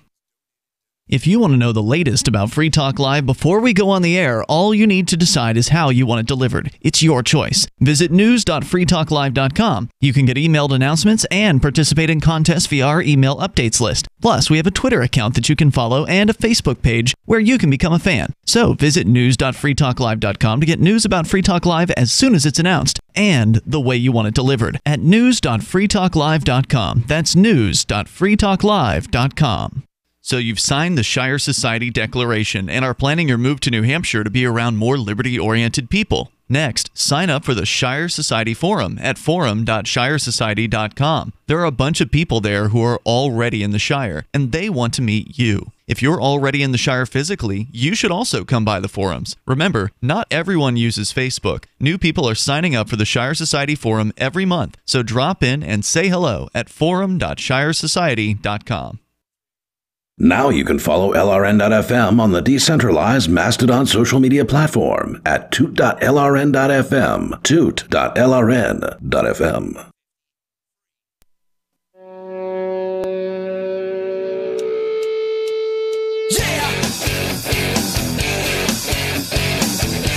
It is Free Talk Live. You can dial toll-free and join us right here. Our number for you is 855-450-FREE. And yes, we are here live on this Christmas Eve edition of the show. With you tonight, it's Ian, Michael, and Melanie. 855-450-3733. We've also got the Discord on-air call-in line rooms. They're open and available to you over at discord.lrn.fm. And Ron Paul is going to be the keynote speaker at the upcoming Anarchapulco, happening February 14th through the 17th. Beautiful Acapulco, Mexico. Not only will Ron Paul be speaking, but Judge Andrew Napolitano will be there for the very first time. Ron was actually there this year in 2018. So they're bringing him back, and they're expanding the stage as well. So it's going to be an even larger venue. It's actually the same resort, but they're renting out the entire resort this time. So the previous year, this year, 2018, was a sold-out event. There's a good chance this one's going to sell out too. Don't wait much longer before you get your tickets. Go line them up over at anarchapulco.com. Use code FTL. You'll get a discount because you're a Free Talk Live listener. And yes, Free Talk Live will be broadcasting from the event. So we'll look forward to seeing you there. The lineup of speakers is dozens strong. There's a lot of speakers, multiple stages. They're going to have Cryptopulco, which is one whole stage devoted to cryptocurrency-related speeches and discussions. They'll be discussing also entrepreneurship, investments, politics, philosophy, health, sustainability, lifestyles, and personal relationships for 4 days among the sun beaches of a world-class resort. Go to anarchapulco.com. Use code FTL as we continue here. Again, the toll-free number 855-450-FREE, like freedom. So we're talking about relationships, or at least we have been. You can bring up anything that you want. I don't know. Was there anything really else that y'all felt like you wanted to add into the discussion? I don't know. I'm pretty much cashed out. Yeah, I feel like we pretty much talked about this to the maximum extent that we can. But we got Donald Trump on deck here, who's actually been saying some interesting things that are actually worth repeating. I mean, because usually when it's Donald Trump, it's some ridiculous thing that you want to repeat just to make fun of him. But in this case, he's actually saying some pretty smart stuff. And Melanie, you had a story I think we should start with about his opinion about the Federal Reserve. Now, this is pretty new, right? This just happened recently? Yeah, it's marked today. Okay. So I actually don't know what day the statement is. No, the statement was from today at 10:55 a.m. Is this a tweet? Yeah. Okay. So he said, the only problem our economy has is the Fed, being the Federal Reserve. They don't have a feel for the market. They don't understand necessary trade wars or strong dollars or even Democrat shutdowns over borders. The Fed is like a powerful golfer who can't score because he has no touch. He can't putt! Exclamation points. Wow. So I mean, he's attacking now. Whether or not his economics is exactly the same as ours, probably not the case. But at the very least, he's attacking one of the biggest problems. He is right. I mean, they are, besides government regulation, and that's a huge problem as well. He's saying was he saying they're the only problem or just the worst problem? He said it's the only problem. Yeah. So we're gonna quibble on some of these points here, because if the government's regulating industry to death, that's also a problem. And there's plenty of government regulations of all kinds of industries that make it very, very difficult to even start a business. Like here in Keene, for instance, there's one on Main Street or like right in the heart of downtown Keene that's actually run up against difficulty with the local bureaucrats. Is this the pho restaurant that's going to open up? The new pho noodle restaurant that is fantastic. Or I think it's going to be fantastic. I've had her noodles before. She used to be in a food truck. Yeah, but anyway. she had a food truck, and she's moving downtown. Well, hopefully. They're standing in the way right now. Coming soon for a while now. Well, right. They've actually been under a lease since April. unfortunately, with the city. It's the city that owns the building that they're in, so they're probably a little more extra scrutinized as a result of that. So now the city doesn't like the name of the business. They don't like the fact that there's a sign on the inside front window, which, and they don't like their vent hood. And, you got to have these real fancy, expensive, commercial-grade kitchen, restaurant vent hoods. The whole 9 yards. So they don't like something about it, so now they got to, change that. And that's what stops a lot of business. That's a huge problem. But Trump's right as far as the federal government is concerned, because there's not a whole lot of federal local business regulations, right? I mean, there's OSHA. Yeah, the feds come into play with your local business eventually, but they're not the first bureaucrats you'll deal with. Yeah, and I mean, there's certainly some local businesses you can open without any sort of federal anything. But regardless, the Fed, as far as the Federal Reserve is concerned, is a huge problem because it manipulates the money supply.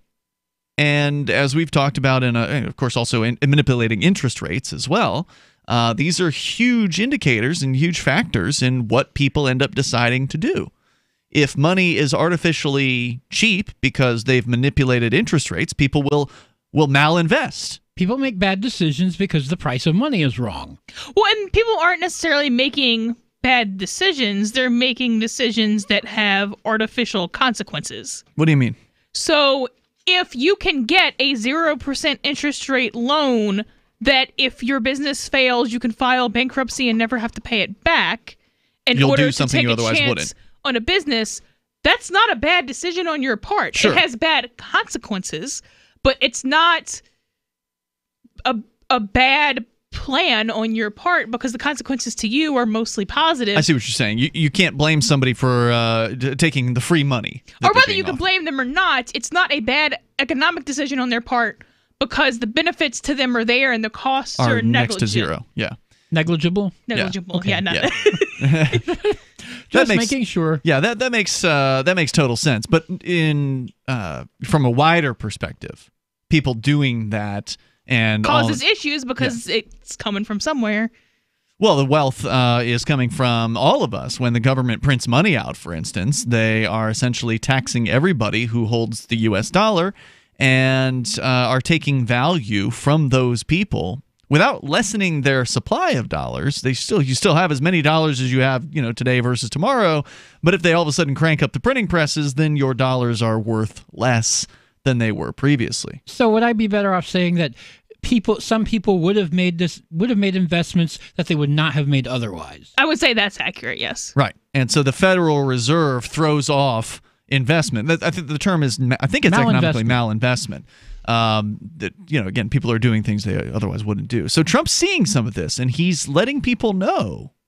There's a lot of people that read his Twitter. I don't know what Trump isn't seeing, and I'm not saying that Trump's motives are pure, but I do think it's a positive thing, even if things he are saying about their Federal Reserve aren't even necessarily accurate. Although I feel like this is mainly accurate. Yeah. The fact that he's drawing attention to it, in my book, is just a positive. There's value there, right? Yeah. Because there's been people who've been protesting the Federal Reserve forever. I mean, as long as I've been involved in political action, there have been people who've gone down to Federal Reserve buildings, held signs, demanding to audit the Fed and so on and so forth. Yeah, just the Ron Paul and the Fed thing has been going on for more than a decade now. Right. So I don't think Trump's going to come out with his next tweet and propose the end of the Fed. That would be amazing if he did it, but if he thinks he can blame things on them, then he might. I'd be amazed just to see an audit, Yeah, so I don't know where this is going to go, but as you pointed out, Michael, he's been doing and saying some things recently that seem to be a bit of a change in course, a change in direction as far as what he kind of got elected on. Right, good news. Yeah, and we're going to continue here, whether you want to talk about the Federal Reserve and now apparently Trump on the attack, at least on his Twitter feed. Will this actually manifest into something of political change that might actually be good? Well, that remains to be seen. It's Free Talk Live. At WolfHillAmmo.com, we love shotguns. We offer the best specialty shotgun ammo on the market, including our defensive combo packs for home and retreat. Our less lethal combo is good for animal control, the 4-legged kind and 2-legged. When lethal force is necessary, reach for our Stop 'em, Drop 'em, or our home defense combos. These 5-round packs include different heavy hitters to protect your loved ones. Visit WolfHillAmmo.com to see our great prices on these combo packs and other specialty shotgun ammo rounds. WolfHillAmmo.com. Anytime, any place, anywhere, radio remains the most intimate of all forms of media. At home, at work, in the car, on smartphones. Over 90% of consumers still listen to radio every week. That makes choosing radio as a place to advertise your business one of the best decisions you can make. Email advertise@gcnlive.com and partner up with an experienced GCN representative. Advertise@gcnlive.com. Easy, affordable, effective. This is Michael Dean from the Freedom Fiends. I've run websites since 1996 and have used over a dozen web hosts in that time. AgristHosting.com is the only one that hasn't broken my heart. Agrist Hosting's uptime and service is stellar, and their DDoS mitigation is the best I've seen. That's important because if you tell the truth in this world, you'll ruffle feathers. And some people will try dirty tricks to silence your voice. No matter what the haters hit us with, Agrist Hosting keeps our websites online. If you have a mission-critical commercial presence or a world-changing activism site, you cannot tolerate any skullduggery. So go with agristhosting.com. Have a WordPress or blog site, but you're not satisfied with performance or uptime? Or just want raw hosting? Want to pay with Bitcoin? Agrist Hosting specializes in high-performance hosting with personalized service. Go to agristhosting.com and click on the button that says Get Hosted. That's agristhosting.com. The new 4th edition of Healing Our World, The Compassion of Libertarianism, will take your understanding of liberty to a deeper level and has over 1,300 updated references, new cartoons, and a foreword by Dr. Ron Paul. With discounts for multiple book purchases, the 4th edition of Healing Our World is a great gift for the liberals, pragmatists, environmentalists, and Christians in your life who think libertarianism is cold-hearted. Get yours today at healing.freetalklive.com and use promo code FTL for a $5 discount. Some of you asked, and now we've delivered. LRN.FM's live Keene, New Hampshire studio shows are now streamed in HD on Twitch. Visit our channel at twitch.lrn.fm and give it a follow. If you have Amazon Prime, you get 1 free subscription on Twitch. If you use it on our channel, Twitch will give LRN.FM a monthly piece of your Prime subscription cost. So please watch, follow, share, and subscribe to twitch.lrn.fm. That's twitch.lrn.fm. We have some good news. The indictments against Ross Ulbricht in the District of Maryland were dismissed with prejudice, meaning they can never be refiled. This is especially good because those indictments contain the only charge ever made that Ross engaged in murder for hire. This was a serious allegation that Ross Ulbricht denies. It was never prosecuted or ruled on by a jury, but was trumpeted by the federal government and the media as if it were proven fact. The Maryland court held these indictments for almost 5 years, poisoning Ross's case and leaving him under a cloud of unproven allegations. As explained in Ross's appeal to the Supreme Court, the fact that the judge used these allegations to give Ross a draconian sentence of double life without parole violated his Sixth Amendment right to a jury trial. Judges are required to issue sentences based on convictions decided by a jury, not unproven allegations never even charged at trial. Although this is a positive development, the dropped indictment will not set Ross free. Now, a presidential pardon is Ross's only hope of freedom. Sign the petition at freeross.org. freeross.org. This is the Liberty Radio Network, broadcasting the latest liberty-oriented audio content 24 hours a day at LRN.FM.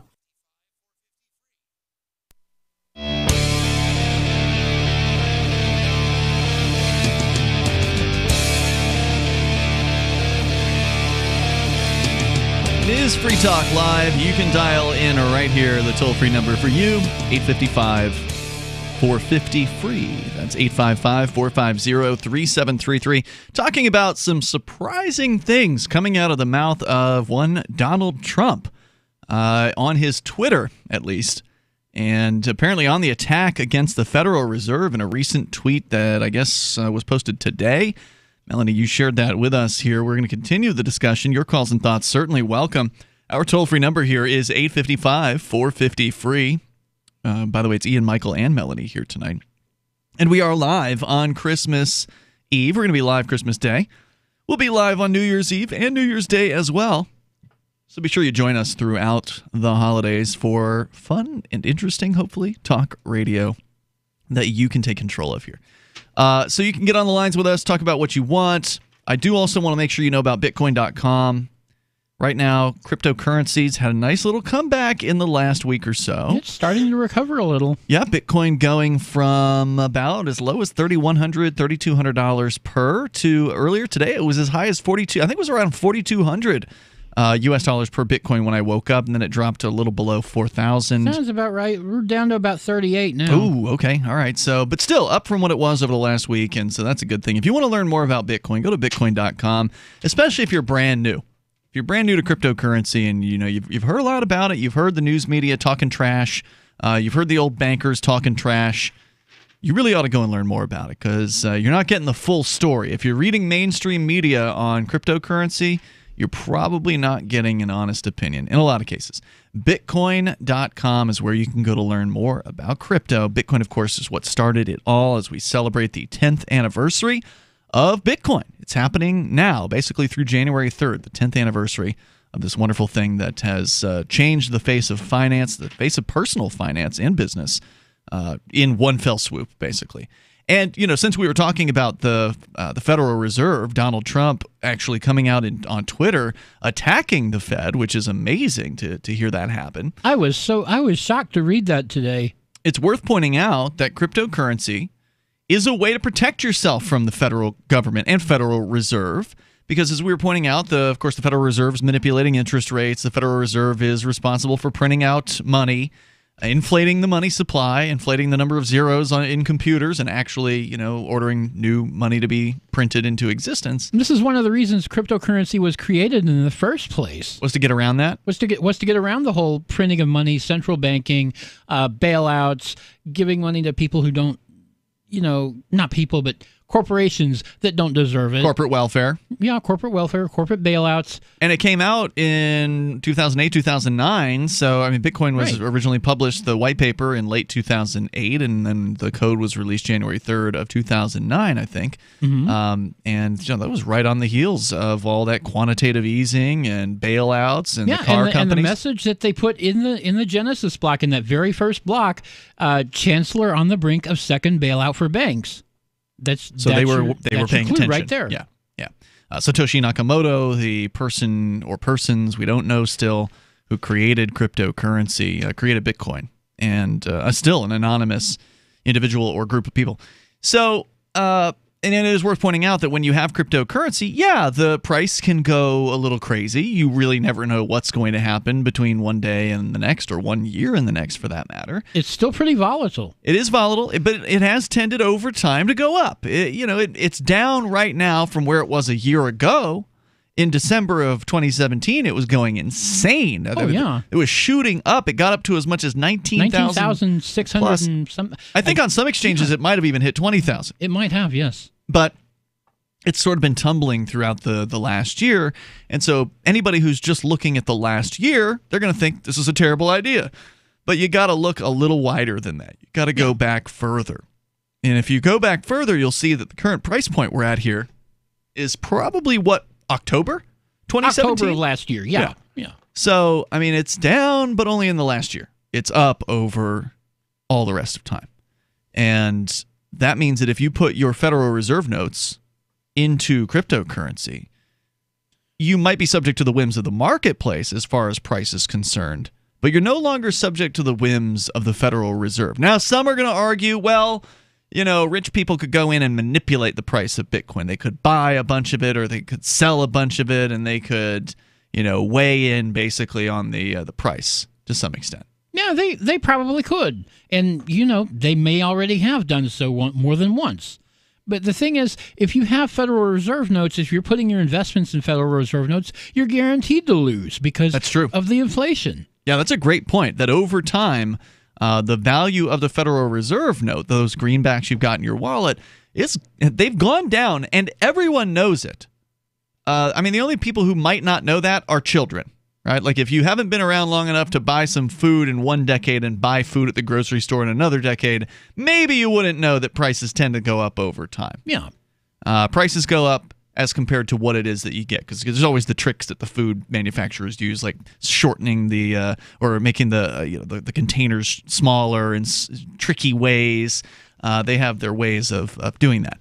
You know, I remember when I was growing up, you could go into McDonald's and get a value meal for like $2.99. Oh, wow. And these days it's like $6, $7, $8 even for the more expensive ones. Yep. And I was actually in a McDonald's and they charged $10 for a value meal. Wow. In a New York. Giant drink, giant fries kind of. No. It wasn't even supersized. It was just because it's New York. Yeah. Okay. Lots of taxes, lots of regulations getting in the way there. The whole thing with inflation, you went from a $3 meal to a $6 meal. Yep. We've lost half that value already in just 3 decades. Whereas in comparison, 8 years ago, thereabouts, somebody bought 2 pizzas. 2 pizzas for 10,000 Bitcoin. 1,000 Bitcoins. That's what kicked it all off. Yeah. And that was the first sort of recorded real-life purchase.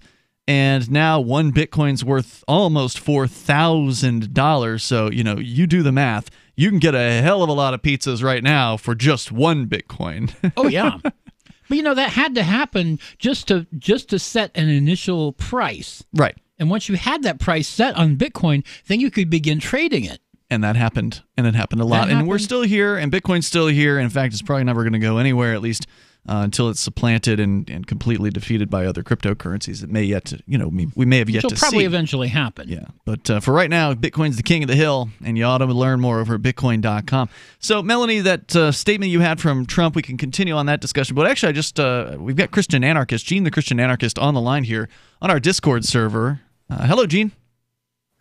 Hello, everyone. I wanted to say Merry Christmas to everyone, all the listeners. And, Merry Christmas. Merry Christmas, Gene.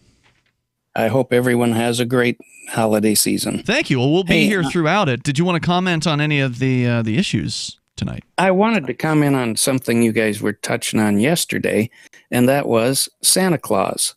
Because there was a little bit of discussion on last night's show about whether Santa Claus is a Christian tradition. And it turns out if you look at, obviously it's been twisted and elements of secularism have entered into the Santa Claus thing. But Santa Claus is basically, it goes back to St. Nicholas, who was a saint in the early churches. He was known for gift giving. And in the Dutch language, they call him Santa, something similar to Santa Claus, and that's why we get the name Santa Claus. It's actually a mispronunciation of the Dutch language. Ah, okay. Because they call it Sinterklaas. Yeah, so in the Dutch, he was known as Sinterklaas. So that means Saint Nicholas in the Dutch language. So it does definitely have a Christian background to it, obviously. Now, isn't it true, though, that the Christians borrowed a bunch of their stuff from the pagans? There is definitely some pagan mix in with the Christmas holiday, but St. Nicholas and Santa Claus basically is a Christian tradition. Gene, thanks for the call tonight. Gene, the Christian Anarchist, there on Christmas Eve edition of Free Talk Live. We'll take your calls and thoughts about whatever's on your mind here. This is Free Talk Live, 855-450-FREE. Does your dog itch, scratch, stink, or shed like crazy? Come to Dynavite for help. Order a 90-day supply of Dynavite. Dynavite is nutrition. Pick up 2 bottles of Lico Chops, get the 3rd bottle free. New improved Lico Chops with omega-3, omega-6, vitamin E. And now, 6 extra direct-fed microbials. Even better for the digestive tract and immune system. Try Lico Chops. Buy 2, get 1 free. At Dynavite.com. DINOVITE.com. Bitcoin.com is delighted to announce their latest partnership with the gift card specialists at eGifter. With many of the world's leading brands on their roster, it is now easier than ever to get the gift cards of your favorite brands with Bitcoin Cash.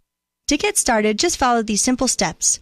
Visit giftcards.bitcoin.com, pick the gift card you want, Follow the instructions on your screen and make your payment using your Bitcoin Cash wallet. Sit tight and your gift card will be delivered to you as soon as it's ready. That's giftcards.bitcoin.com. Hear that? That's the sound of a house being trashed while a gang of thieves ransack the place. And what they don't steal will be destroyed. This year, resolve not to be the next victim of a break-in. Go to faketv.com and discover a device that creates the illusion someone inside is watching TV, even when you're miles away. Security is a mindset, and Fake TV should be part of your security solution. Be vigilant, but not fearful. faketv.com. The United States of Empire is a book that claims the United States is the empire of the world. George Washington had warned us against foreign wars. The United States of Empire shows that World Wars I and II left England broken. Its former colony, the U.S., had to save the empire. Was there ever a vote? Who do we fight for? The deep state began with World War I. The United States of Empire by James Dunn. Available at Amazon Books. Is spreading the message of liberty, cryptocurrency, and peace around the globe worth $2 per month to you? As you may already know, in addition to our internet feed, LRN.FM broadcasts on free-to-air satellite across North and Central America, as well as Sub-Saharan Africa. And we've been available on satellite for free 24/7 since 2010. The LRN.FM free-to-air satellite signal is reaching some of the most oppressive regimes in the world, and there's no doubt our ideas are making an impact. You can learn more about the channel's impact by watching the 3-minute video at fund.lrn.fm. If you'd like to help free minds globally with our ideas of liberty, cryptocurrency, and peace, you can donate as little as $2 per month via fund.lrn.fm. You can help us continue and expand our satellite broadcast to multiple continents. Visit fund.lrn.fm today, and thank you for your help. Don't forget to share the link on social media. That's fund.lrn.fm. So you've heard all 3 hours of the latest episode of Free Talk Live, and you're still hungry for liberty-oriented audio content? Did you know that we have another 24/7 audio stream at LRN.FM? The Liberty Radio Network airs the latest episodes of some of the best liberty-oriented podcasts on the internet around the clock. In addition to recorded content, you'll also hear live shows like Free Talk Live, originating from our Keene, New Hampshire studio. So listen anytime at LRN.FM. That's LRN.FM. Cell 411 is a free app for Android and iOS that replaces government-controlled 911. Cell 411 allows you to preset a group of friends or private organizations to show up in any emergency. Cell 411 is a nightmare for the state because it proves their so-called services aren't needed. Cell 411 has had thousands of installs, and of course it's covered by the BIPCOT no government license. Cell 411 because your friends won't shoot you when you're in trouble. Without the government, who would build the emergency services? You and Cell 411. Get it today at getcell411.com. You can sign up to receive the latest about the Liberty Radio Network via our email updates at updates.lrn.fm. That's updates.lrn.fm.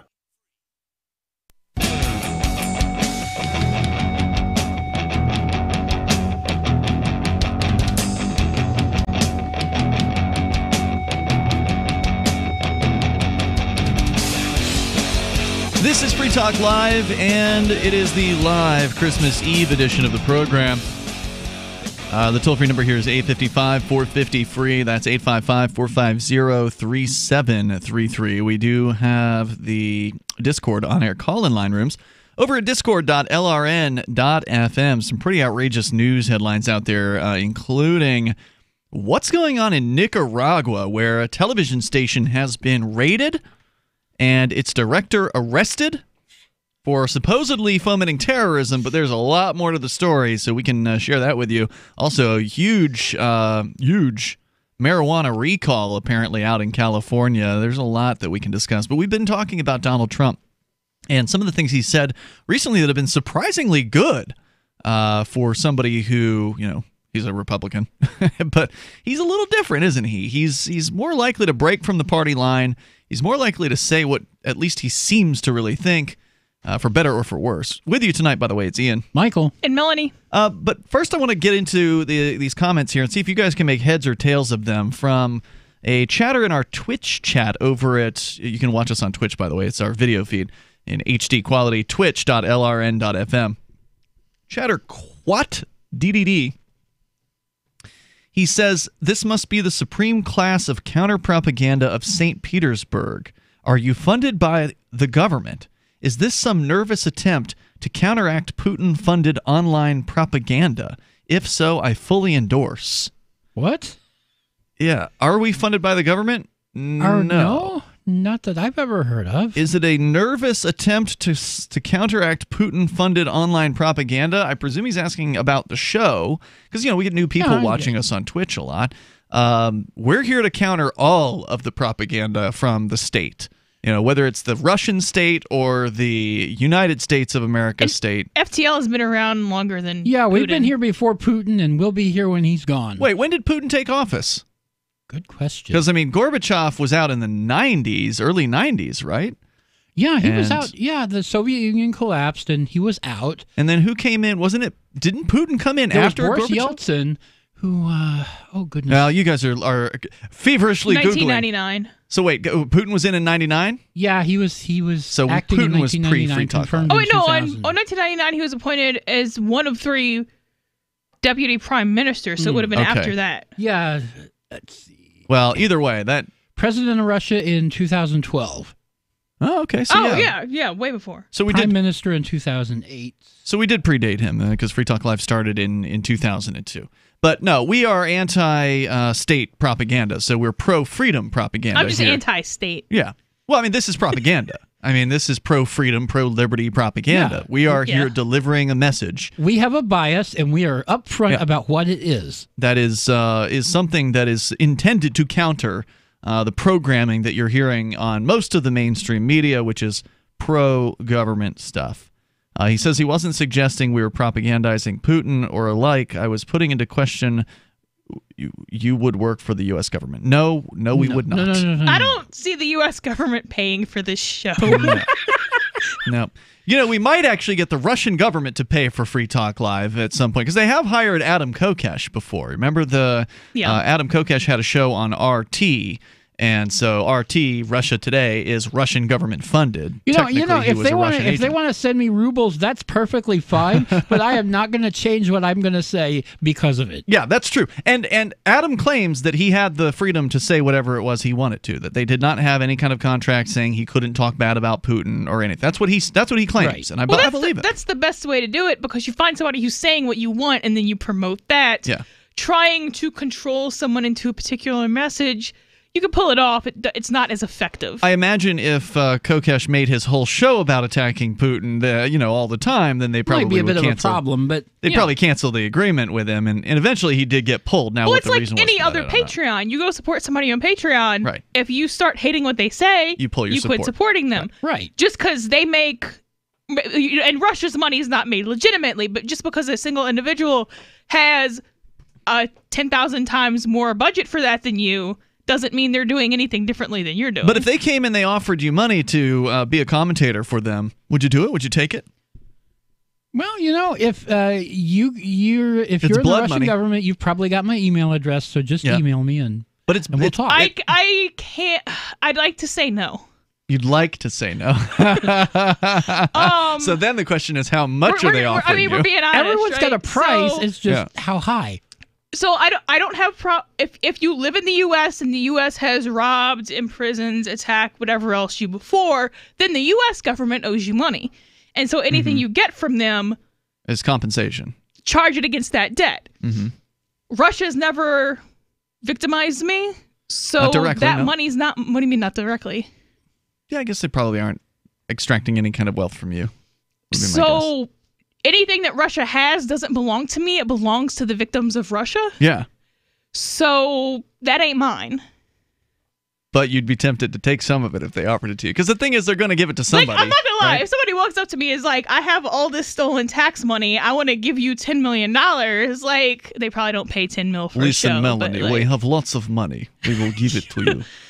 I'm not saying I would definitely do that, but anybody who says they aren't tempted is lying. Whatever a life-changing amount of money for you is, if somebody offered you that for something you're going to do anyway, you're going to listen. If you're saying you're not tempted to take that, you're lying. I don't have a problem with, Adam Kokesh getting paid by the Russian government. I think, the way I look at it is they've already stolen the money, right? And they're going to give it to somebody. They're going to do something with that money. If their money is going to help you undermine the American government, the one that is actually terrorizing you and your friends, the ones that are violently attacking people that are nearby to you, and you can use that money for good, then it's better than somebody taking it and using it for Well, yeah, and a I can bad see thing. that argument. If the argument is, well, they would otherwise use it to buy tanks or police cars or whatever. Or hire another commentator who's not pro-freedom. Yeah, or hire a cop. Like, yeah, I can see that argument. I don't know that that's how their budget system works, though, so I can't necessarily say that that's... Well, I mean, they got money to spend. RT's got money to spend on shows, right? So RT, the Russian television channel. But I don't know that Russian budgets work the same as U.S. budgets do. Okay. Well, I mean, they've got money. So, They're like, allocated I don't know money. that there's, like, X amount allocated to RT. There is. I mean, there certainly is. They have a budget. I mean, they have people to pay. They've got a budget. Or does it increase There's next no year commercials. if they run in the red? Like, I don't know. I don't know either. I don't know how that works. If it's government, you can pretty much, you could probably side on, without taking much of a risk, you could probably side on the idea that they're going to get more money because they're government, because it's a government agency. Yeah, they have an endless supply. They don't have commercials, so they don't have a budget like a regular business, like a television station would, that actually is dependent on the marketplace. So their budget's probably much more solid than a lot of entertainment media out there. So if you want to comment, you can join us here. Our toll-free number is 855-450-FREE. That's 855-450-3733. In other Donald Trump news, so in addition to him attacking the Federal Reserve, I've had this story for a few days now from Vox.com. Donald Trump declared Wednesday that the U.S. had, quote, defeated ISIS and ordered the withdrawal of 2,000 troops from Syria. I heard about this. That makes it sound like they ordered ISIS out of Syria. Well, the U.S. phrasing, troops. yeah. The U.S. troops. The decision appeared to blindside his own administration and America's coalition partners who are also fighting ISIS in Syria, supposedly. The news drew bipartisan condemnation on Capitol Hill, where lawmakers, including some of them, then they list them, blasted Trump's move, calling it a major blunder that essentially handed the country to Russia and Iran. So how has Trump responded? By defending his decision in a series of Thursday morning tweets, of course. Trump tweeted he was fulfilling a campaign promise that despite evidence to the contrary, Iran, Russia, and Syria are actually upset that the U.S. is leaving, as those countries are now left to fight ISIS on their own. Trump wrote, "Getting out of Syria was no surprise. I've been campaigning on it for years, and 6 months ago, when I very publicly wanted to do it, I agreed to stay for longer." He added that Russia, Iran, and Syria and others are the local enemy of ISIS, and the U.S. was doing their work. And he misspells there in that case. And so, you have to wonder, was the early Trump presidency, when he was doing these things that were against his campaign promises, like not pulling out of Syria, he said he agreed to do it for longer. Well, somebody was twisting his arm, right? Like somebody, his campaign or his generals or whoever, the Secretary of Defense, who, by the way, as I understand it, resigned. Yeah, Mattis over these resigned. Statements. Mad Dog, wasn't that his? Mad Dog Mattis, yeah. His handle. So this arch warmonger, arch conservative, neocon, statist Secretary of Defense has resigned. I'm not saying he's going to be replaced by anybody better, but that's a good sign. That says that Trump said something right here, and we're going to get to an even better statement about conflict in the Middle East overall that the U.S. is involved in. Another shocking statement, a really good one from Donald Trump, coming up in Hour 3. This is Free Talk Live. Marijuana has unleashed a green gold rush across our nation. It's creating $10.8 billion in new wealth a year. And every day, it's transforming more and more Americans into millionaires. In an historic event, former Speaker of the House John Boehner reveals how you could become one of them. Join him online for the American Cannabis Summit. Attendance is 100% free, but space is limited. Join online at www.acs2018.com. CannabisStocks.com. This event is the first of its kind ever. John Boehner and an esteemed panel will reveal which cannabis stocks are primed to deliver life-changing windfalls in the weeks and months ahead. Plus, they will show you how to become a cannabis angel investor, backing the hottest startups before they potentially become worth billions of dollars. Join American Cannabis Summit online at acs2018.com. Attendance is free. That's acs2018.com.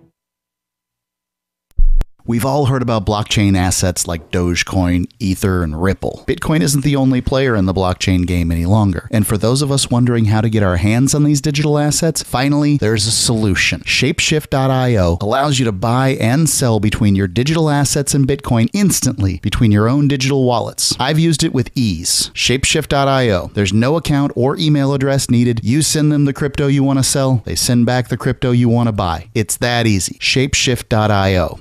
LRN.FM is proud to announce our official listening apps for Android and iOS devices. Now you can easily tune into our streams anywhere, anytime on your smartphone or tablet. Just visit apps.lrn.fm or search for LRN.FM in the Android or Apple app stores. Please download, rate us 5 stars, then share the link on your social media and let your friends and family know how you're listening to LRN.FM.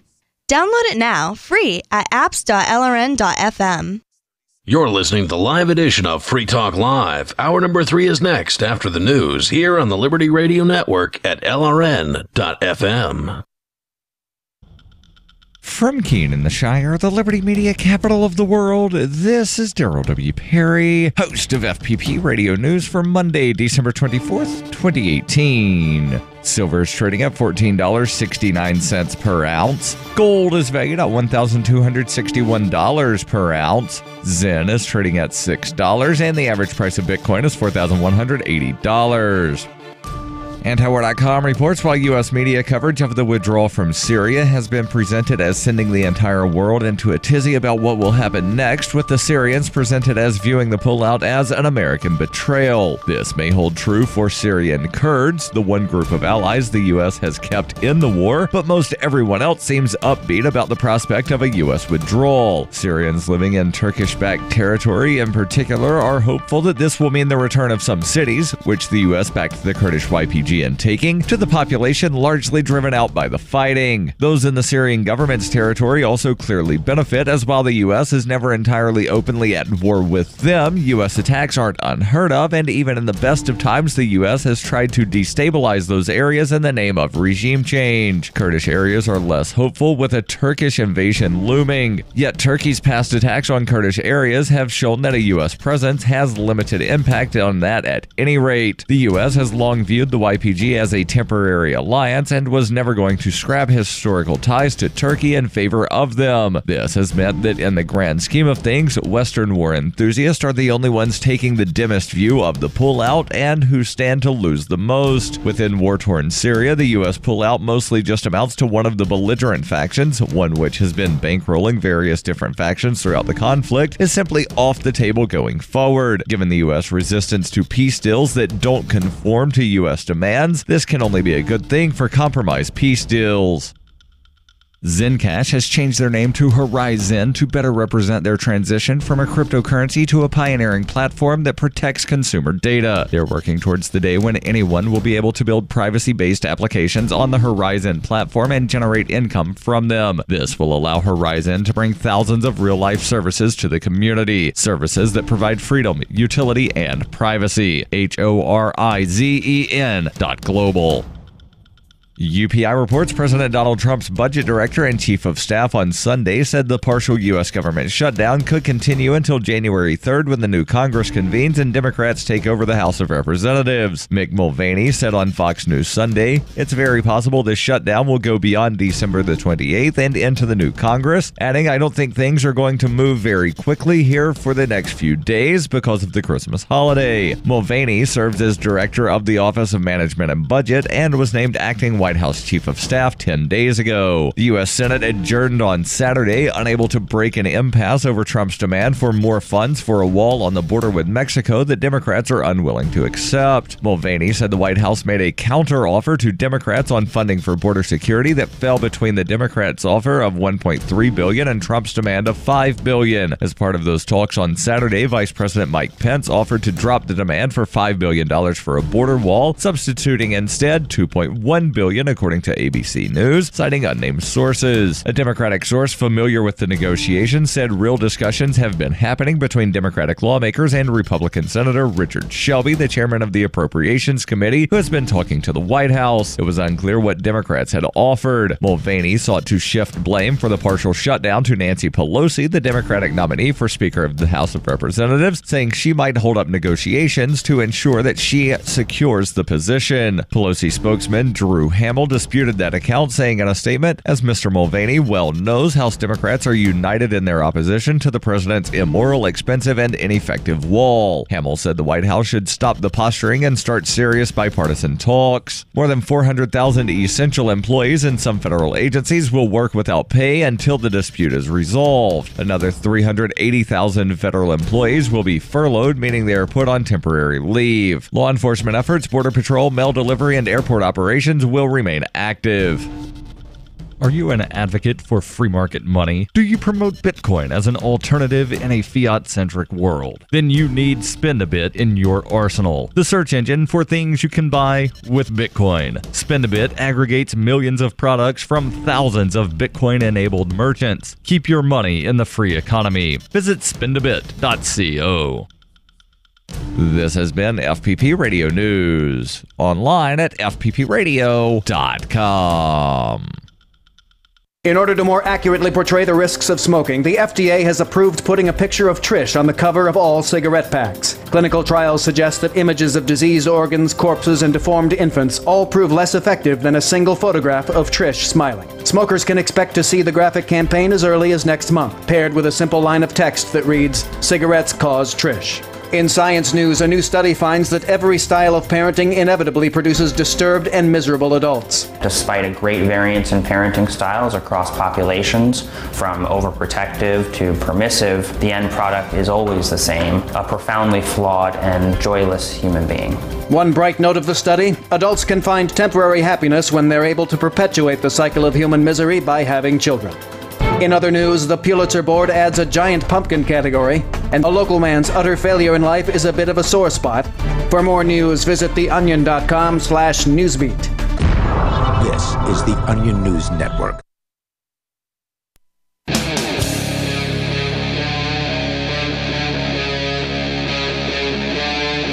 Free Talk Live.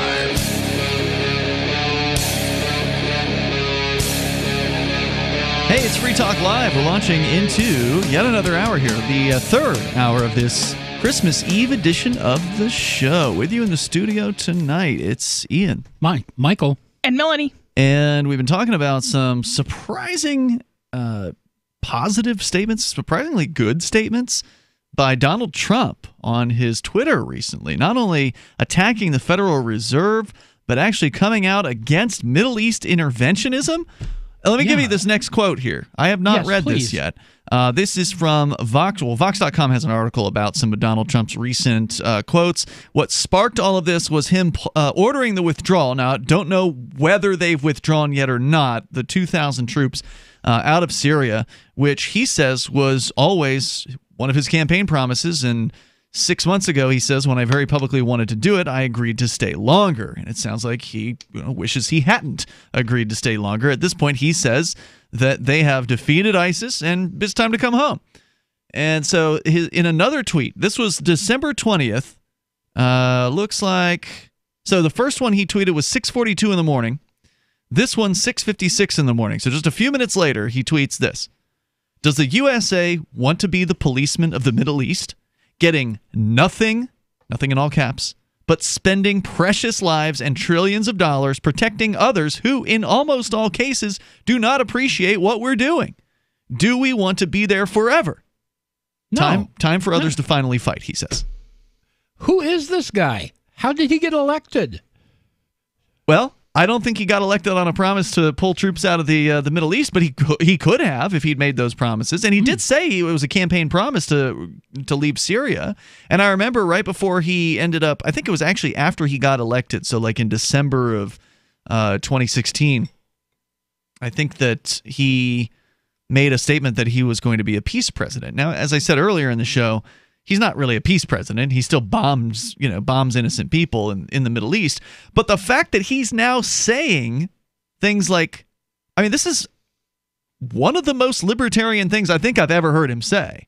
The idea of, I mean, just coming right out and saying the U.S. is the policeman of the Middle East. Right. Yeah. And the world. But yeah. I don't think he said that. Sure. Well, I mean, the most active bombings and killings are certainly going on as far as, the military's in a lot of places, but Syria is one of the active war zones, and the only thing that's come out of that is a whole lot of disruption. You've got thousands of refugees that have poured into Europe, and a few into Canada. Some even like 3 or 4 might have gotten into the U.S. as refugees, but the only thing that's come out of that is a whole lot of destruction and death. And so for him to just come right out and say these things, I'm amazed. It's incredible. The toll-free number here is 855-450-FREE. He's right about that. Now again, he's wrong about a lot of things. He's wrong about building a wall. It's a terrible idea. Although now recently he's changed it apparently to building a fence, because he says you have to. I don't know how those are all that different. Well, he says you have to be able to see through the wall because you need to see if somebody's going to chuck a 60-pound bag of drugs over and hit you with it. That's literally what he said about this. I don't know that's not fair. I don't know enough. It's hilarious, is what it is. That seems plausible, though. No, they do chuck drugs over the fence. That much is true. Yeah, they do. They but throw to use the big that as bales the reason, of marijuana over the. To use that as the reason for not building a wall. Somebody picks it up on the other side. Is pretty funny. So there you go. Those are Donald Trump's most recent statements that I was actually pretty happy to see. Now, again, is that going to lead to more troops removed? Didn't I hear last week that he's cutting the troops in Afghanistan by half? Yeah, I did. I thought I heard something about that. But the thing I love is the Democrats' reaction to pulling out of Syria. Oh, that's hilarious. I have all kinds of people in my, because I like to keep like a variety of people for multiple reasons, but I have my more left-wing people now, solidly left-wing people now, who are now have all these, expertise in, and it's like, okay, you're a librarian, but now you have like expertise in national security, and you're like, I know for a fact that there are all these national security reasons we can't leave, and this is irresponsible. How do you know that? Like, every single one of you doesn't have like your own personal CIA agent to run Facebook posts by. Like, how? What? No. It's very interesting. We'll see how this develops over time, and if you want to share your thoughts, you're welcome to do so. Let's go to the phones. To the phone, Robert, listening in Vermont, listening through our Discord server at discord.lrn.fm. Go ahead, Robert. Hey, season's greetings, people. Hey there. Hey, in the last few months, we've seen this increase of, states in New England, that have passed marijuana legalization. One of them being Massachusetts, which is, fantastic. That's right. Yep, they just opened up legal marijuana sales last month. Exactly, and I have heard that they're now going to be adding a third store. Yeah, because the first week those 2 stores opened up down there, they made at least $2 million in revenue between both stores. They did, yep. So, but anyways, with that being said, the governor of the state that you guys reside in has made it clear that he has no intentions at all of legalizing cannabis, and he has made it clear that he has, or they are either in the process or they already have contracted out an advocate to do, like radio ads and TV ads against the use of marijuana. Yeah, it's unfortunate. It's a very strange situation being in New Hampshire right now, because New Hampshire, the so-called live free or die state, all 3 of us here in the studio moved here from elsewhere as part of a migration, the New Hampshire Freedom Migration, of people who care about freedom and are, want to concentrate their efforts in one area. It's tough, given that this seems like such an obvious winner of an issue politically for somebody to embrace. The governor in question that you talked about is just got reelected, even though the supermajority of people in New Hampshire want to see marijuana to be available legally. Yeah, but that's not... That's people not who why I he was know who elected. are that's their number one issue for the most part, online or real life. They're not, the highest quality people. Like, it's an issue. Like, it absolutely should not be illegal. But for that to be your deal breaker, that's, I'm not saying it's a deal breaker. It wasn't the deal breaker for enough people to not vote for it. I'm not saying the Democrat was a great choice or anything like that. I'm just saying that, there's a lot of people in New Hampshire who want to see this happen. The vast majority of them want to see this happen. The majority of people in America want to see this happen. And to his credit, and the bizarre part about this is, to this guy's credit, he's in his second term right now. It was his first term in 2017 when he was the one who signed the decrim bill. So the prior governor, who was in place for multiple terms, refused to even sign decrim, and she was a Democrat. So we had to wait to get a Republican governor in to actually get decrim. New Hampshire's weird like that. Which was the same year that we got concealed carry without a permit. So both of those good things happened in the same year by the same governor. But then ever since the decrim signature and during the decrim signature, he was saying the whole time. So he has remained consistent, at least, in saying he supports decrim but doesn't support legalization. And I think he's pandering to the police, honestly. I think that he's got... I don't know this guy. I've never met him beyond passing by him a couple times in the State House when I've been at the State House. So I don't know. This guy doesn't know me from Adam, but... And that would not be a factor for me voting for against someone unless they were identical to their opponent on everything else. No, I voted for the Libertarian in that race. Because it's almost a non-factor. It's like, I could get weed if I wanted to. And I think that's true of the overwhelming majority of human beings. And now that it's decriminalized, it's better, right? Like it's a ticket. It's just a ticket for people. It's not the end of the world. You're not going to get a misdemeanor charge like you used to. So we've had progress on the issue, but it is frustrating given how popular this is. Like, why this guy's continuing to pander to whatever, base that he has that still is in the dark on this particular issue, to ignore the tremendous amount of revenue that the state could get, which I don't support that either. I don't something. There's a concerning part of this I'd like to be able to share, Ian. Stand by, Robert. We'll bring you back. More here in moments with Robert in Vermont on, it is a concerning issue, but at least we've seen some baby steps in the right direction on this, and it's going to be an inevitable, change in direction. Hopefully, what I'd actually like to see is decriminalization to the point where there's no criminal penalties whatsoever and no legal structure. There are basically two types of advertising: direct response and branding. Radio's great for direct response with its low cost to listener ratio, but audio can't be beat for branding, which is a longer-term endeavor. You want to be the first thing that someone thinks of when they think about your product or service. If you have a local business that you want kept top of mind in your community, call the station. If you need national reach, Free Talk Live's got around 200 radio stations, millions of monthly listening sessions, can suit all budgets, and if we don't think we're right for you, we'll tell you. Email me, mark@freetalklive.com. Do you operate a retail business and are looking for a solution for point-of-sale cryptocurrency acceptance? It's never been easier thanks to AnyPay.global. There's no paperwork or approval process to open an account. If you already have a tablet at your cash register, you're almost done. Just sign up at AnyPay.global. Drop your personal crypto wallet addresses in our setup page, and then load our app. That's it. You're accepting cryptocurrency like Bitcoin and Dash at your store. Get started now at AnyPay.global. That's AnyPay.global. Bitcoin.com is delighted to announce their latest partnership with the gift card specialists at eGifter. With many of the world's leading brands on their roster, it is now easier than ever to get the gift cards of your favorite brands with Bitcoin Cash. To get started, just follow these simple steps. Visit giftcards.bitcoin.com, pick the gift card you want, follow the instructions on your screen, and make your payment using your Bitcoin Cash wallet. Sit tight and your gift card will be delivered to you as soon as it's ready. That's giftcards.bitcoin.com. Are you a cryptocurrency advocate? The Crypto Tip is the ideal outreach tool to help new people discover cryptocurrency. It's a printable business card-sized tip that you can give to service providers, preferably in addition to a good cash tip. When the server scans the QR code, it'll bring up an explanation of cryptocurrency, how to install a wallet, and allow them to claim the tip. If they don't claim the crypto, you get your tip refunded to you after a time period you specify. Plus, if they do claim the tip, you get an email alert. Create as many tips as you want at cryptotip.org. That's cryptotip.org.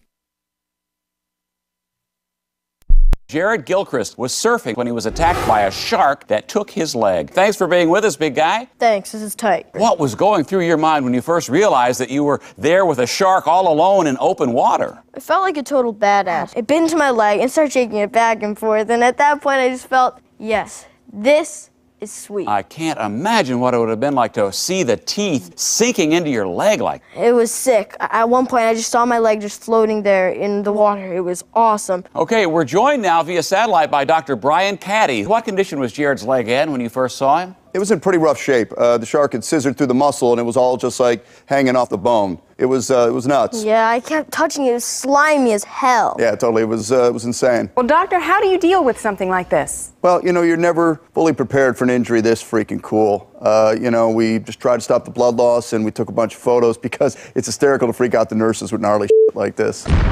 This is the Onion News Network. There are lots of ways to listen to Free Talk Live. Our podcast has been around since podcasts began, and now the FTL feed is loaded with content besides our full show archives. Did you know that we make it easy for you to customize your podcast subscriptions? We have different feeds, one that includes only our full shows, one with just the Daily Digest, and one with just the Edgington Post. You decide what you listen to. It's quick and easy to customize your feeds at feeds.freetalklive.com. That's feeds.freetalklive.com.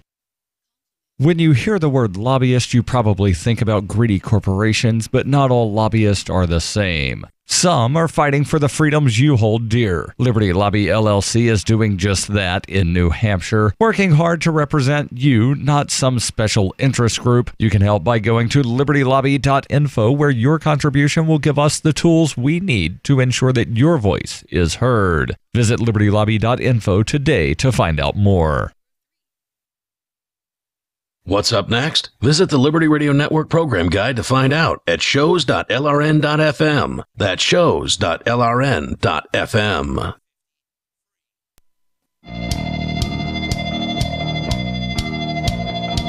This is Free Talk Live. It is the live Christmas Eve edition of the show. With you here tonight, it's Ian, Michael, and Melanie. And also want to make sure that you know about our website, where you can go and you can sign up for email updates. We'll send you out an email usually about once a week to inform you on what's going on with Free Talk Live. You can see our website's email sign-up box right there toward the top of the site, kind of in the middle toward the top. You'll find it there at freetalklive.com. Get on our email list. We sure would appreciate being able to communicate with you that way as well. All right, so back to the phones, to the fun. Robert in Vermont, listening on our Discord server at discord.lrn.fm. Go ahead, Robert. You're back on. You wanted to say a little bit more about cannabis. Yeah, all of this legalization that's been going on in different states in the United States have kind of, made certain people kind of worried or paranoid about, people using it, and maybe they might be able to get behind the wheel of a car or whatever. But here's a shocker: they were doing that when it was illegal. I mean, people have been doing this for years. Yeah, have been. Maybe you might smoke a joint, but I mean, I'm not saying that I advocate for any of that kind of stuff at all. Okay.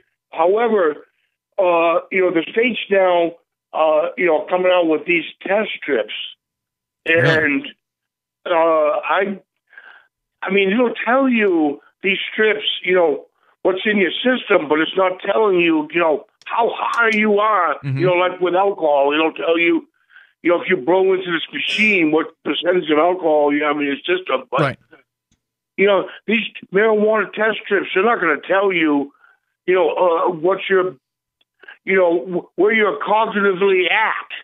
after smoking a joint. I mean, does that make any sense? No test is going to tell you that. So an alcohol test or a cocaine test or any drug test is not going to tell you where you are cognitively. You would need like a CAT scan or something for that, or a psychologist. But that said, if somebody is, 0.2, they're going to be a lot more drunk than if it's 0.08 or something. Right. So for that individual, yes, but people kind of vary as to at what percentage.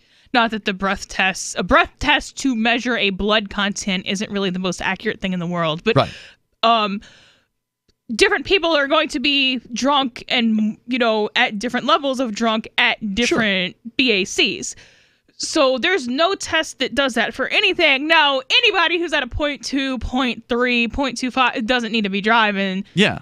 But the higher that number, the more likely that somebody's going to be stumbling in a damn fool. Does this weed test even test for THC at all? Because that, as far as I know, would be a first. No, I don't think that. I don't think that that's the case at all. I mean, I've looked. I mean, the closest that they've come is Canada's come up where they have been able to find a way to test it through a person's stool. But again, it's not telling you, a percentage. It's just telling you, you have marijuana in your system. I think that what they test on is... But my bigger problem is that I don't think it even tells you that. So every drug test I'm aware of, it's accurate, more or less accurate, high 90s. For every other drug that they test for, they are not accurate at all for testing for marijuana because they do not test for marijuana and they do not test for THC. They test for marijuana metabolites, which is an entirely different thing. And other things, such as apple juice, will also metabolize into the same metabolites. You get false positives all the time. Oh, I didn't even know that. Yeah, I didn't know about that either. Huh.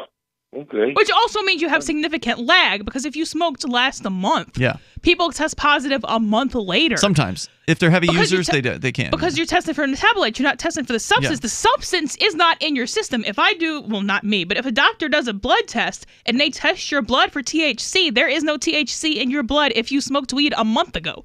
But if you do one of these weed tests, it'll show positive. It might show. It depends on how heavy of a user you are. And you're certainly not high from smoking a joint a month ago. No, definitely not. Not even 10 hours ago. I'll say to myself that, if I get pulled over and I get one of these test strips, I'm going right to jury trial because you can't determine whether I smoked 3 or 4 days ago. You just can't. That's a great point. Robert, thanks for the call tonight. I appreciate it. The toll-free number here is 855-450-FREE. Let's go to David in New Mexico. David, you're on Free Talk Live, listening on the TuneIn app. Yeah, in Albuquerque, New Mexico. Because you're talking about cannabis, you mentioned a few days ago. By the way, I can get a contact high driving in my car or truck behind someone ahead of me who's smoking. Come on. I don't believe that. You're that sensitive to cannabis? Yeah, well, it's not just cannabis. I'm that sensitive to all ingested chemicals. But I just thought, since you were talking about contact highs, I thought you might find that interesting. Well, I have doubts about there actually even being any substance, a car behind, for you to be exposed to in the first place. Seems pretty unbelievable. But okay, what else were you calling about? Side note also, Sarah promoted your program again on the Fat Bish Ho program here on KKOB in the afternoon. That's the actual name of the program, is the Fat Bish? Oh, it's actually the Pat Frisch show, but I don't like the guy, so I call it the Fat Bish Ho. Oh, okay, gotcha. Yeah. All right. So that's good to know that Sarah's promoting our show on local radio. So and the competition, mind you. So, but what were you actually calling about?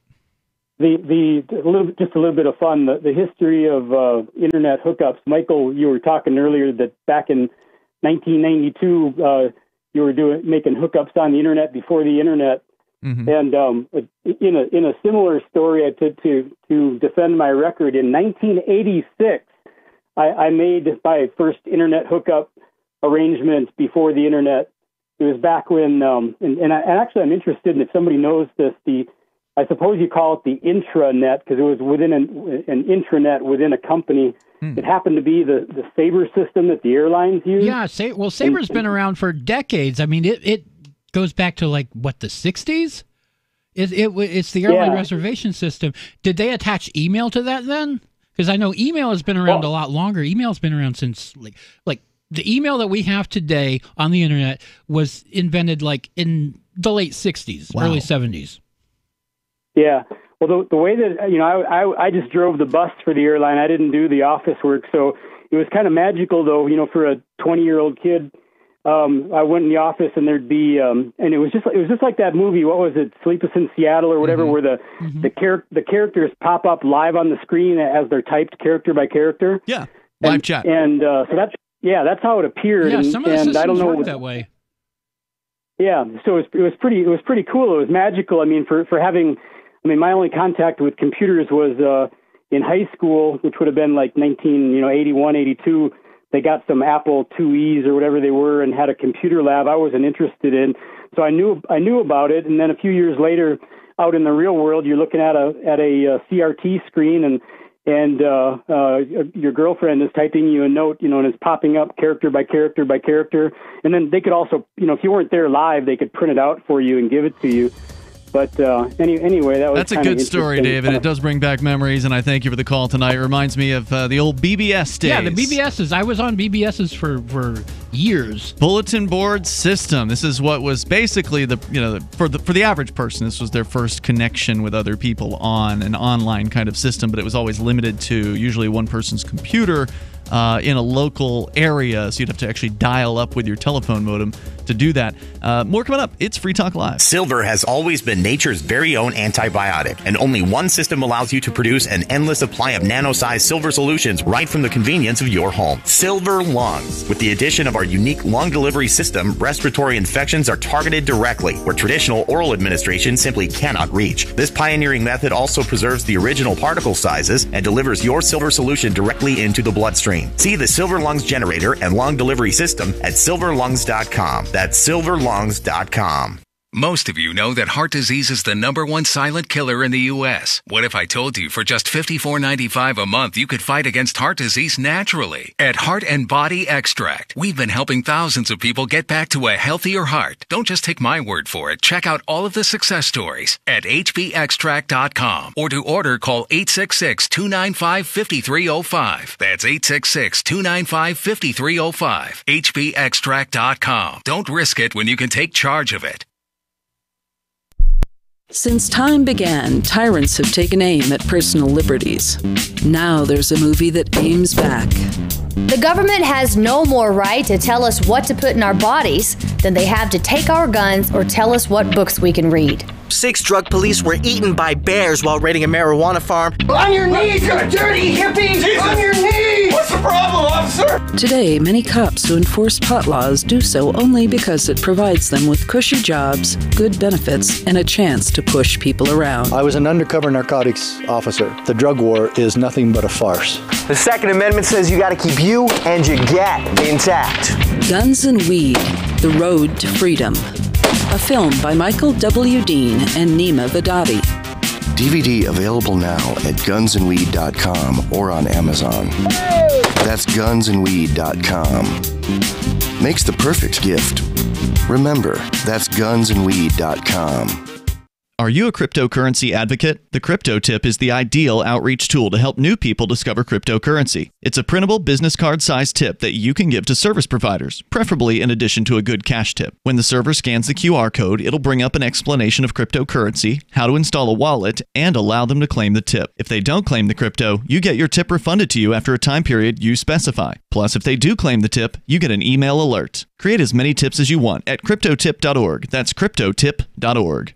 LRN.FM now has a Discord. Discord is a free text and voice chat platform, and we now have our own server with a bunch of channels at discord.lrn.fm. You can join other listeners as they chat about various things during our live shows, or anytime, day or night. Discord software is available cross-platform, so you can have it on whatever device you want and take your chats anywhere. Join our Discord at discord.lrn.fm. That's discord.lrn.fm. Hey guys, Mark Claire here, lionsofliberty.com, where we strive to advance the ideas of liberty daily. We bring you the Morning Roar. That's right, every Monday to Friday we'll have a brand new edition of the Morning Roar, where we provide a roundup of some news stories that you may not find in the mainstream media or even in your typical social media newsfeed. We find stories that relate to the ideas of liberty and provide you with our liberty perspective on them. Every Monday, we have our longest-running feature, Mondays with Murray, named after the great libertarian Murray Rothbard, where we'll examine an article or an excerpt from his works and help convey his view, along with our little spin as well. We wrap it all up every Friday with Felony Friday, where our own John Odermatt goes out and takes a look at some sort of felony. There's felonies committed every day, you know, whether it's a felony committed by the police, a politician, or even an average citizen. You can find all of this and so much more over at lionsofliberty.com. Advancing the ideas of liberty daily. Join the LRN.FM Discord for live chat 24/7 at discord.lrn.fm. That's discord.lrn.fm.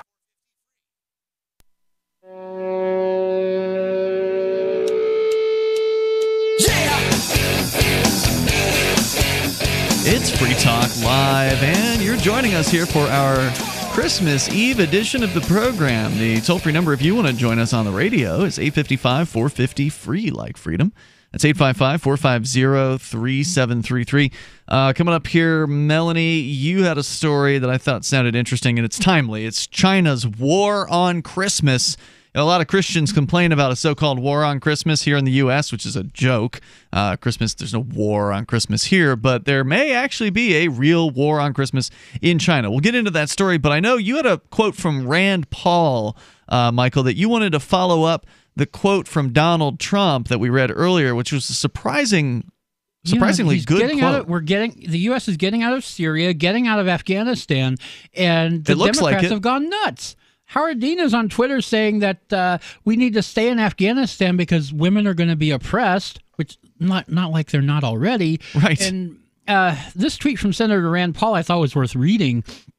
He says, my friend Lindsey Graham is a bit mad right now. You see, he's never seen a war end before. He's going to have to console himself with the fact that we still are in about 8 more.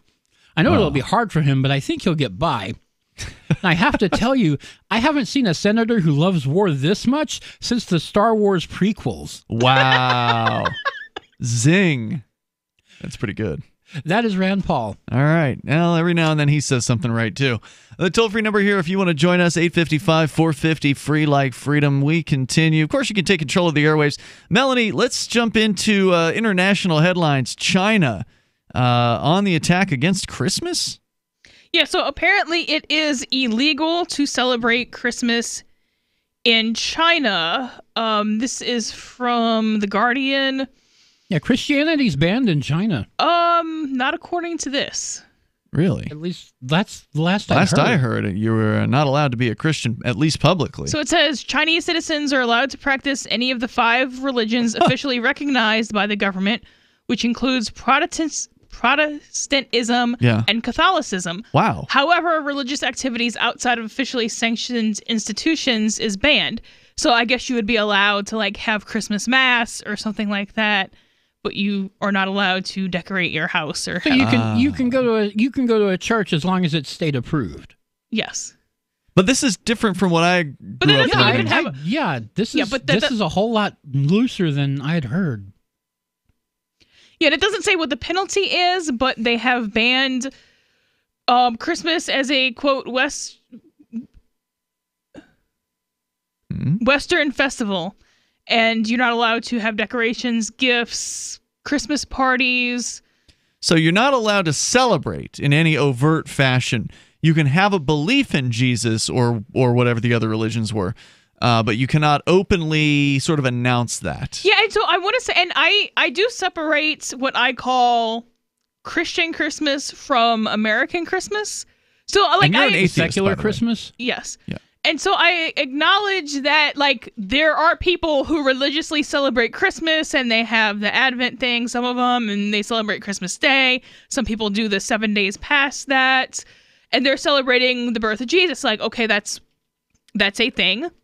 And then you have people who also, or you have other people who only celebrate what I call American Christmas, which is where you max out your credit cards to buy toys and riot in stores.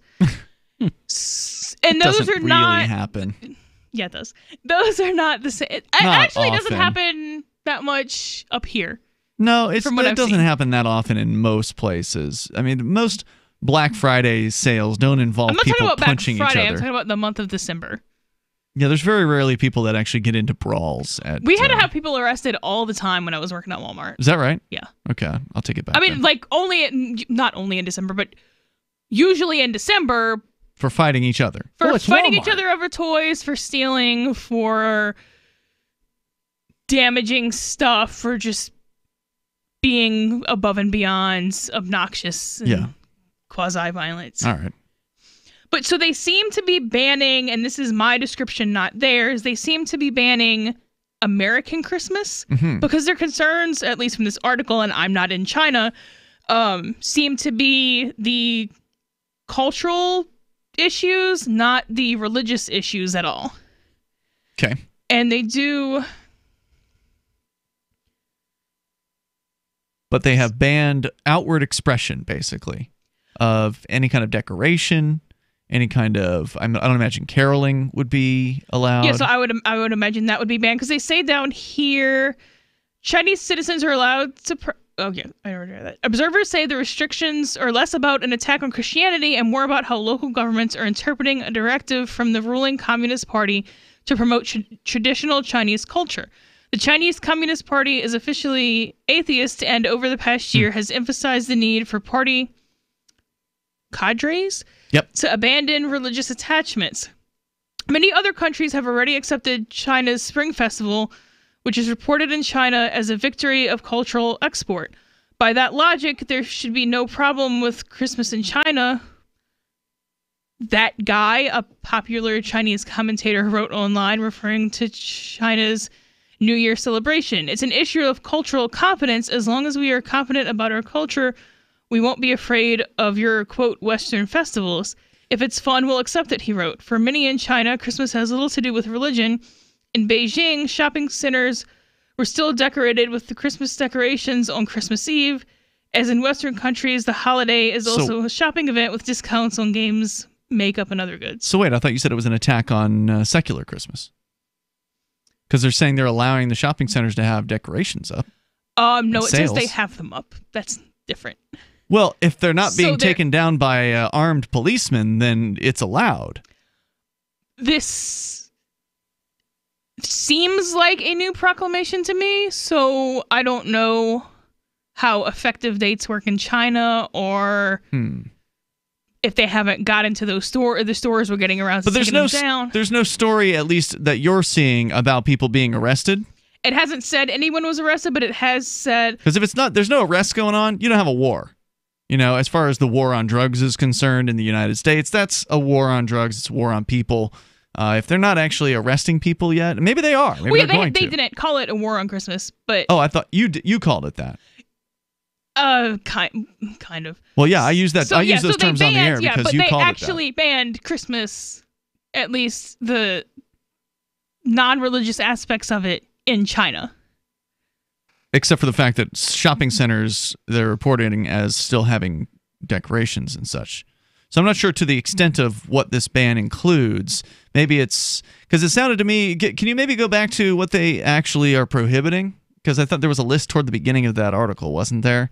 That they're prohibiting certain Christmas-related things. In this city, the Education Bureau last week issued a directive to schools not to celebrate Western festivals such as Christmas. Okay, directive to schools. I must have missed that part. Including putting up decorations. The schools can't put up decorations. So maybe that's what I missed when you first went through it. Was that this may only be applying to schools and government buildings. It would at least 4 Chinese cities and 1 county have issued a ban on Christmas decorations, according to the Associated Press. Okay. So it's a patchwork. Schools and local governments. Yeah, I would say it's at best a patchwork of regulations. Maybe there are some areas that have prohibited all decorations, but it doesn't sound like it's coming down from the federal the Chinese federal government in this particular case, which all of this is a surprise to you and I, Michael, given that we thought Christianity was completely banned. Yeah, I thought from Christianity was China. just totally banned in China. I did not know about Well, it any of seems that all religions are banned outside of the official either church or there is whatever. no official church. It's not the atheist. official church, but the state-approved like the you church can, of the state. You can be religious inside of a church or whatever other mosque or synagogue or whatever it is. Right. But you can also put up decorations, apparently, in some places because the stores are doing it. Interesting. If you actually have been in China, maybe you've got more of an insight into the issue. You're welcome to join us here in the remaining moments of Free Talk Live. Our toll-free number is 855-450-FREE. That's 855-450-3733. But if it was that you couldn't be a Christian... Gene says there's decorations in every mall there. If it was that you couldn't be a Christian, but now you can... Sounds like they're moving in the right direction. Let people have the freedom of choice when it comes to their religious beliefs. Even if it's only you can choose from 5 of them, that's still better than, 0. Bitcoin.com is delighted to announce their latest partnership with the gift card specialists at eGifter. With many of the world's leading brands on their roster, it is now easier than ever to get the gift cards of your favorite brands with Bitcoin Cash.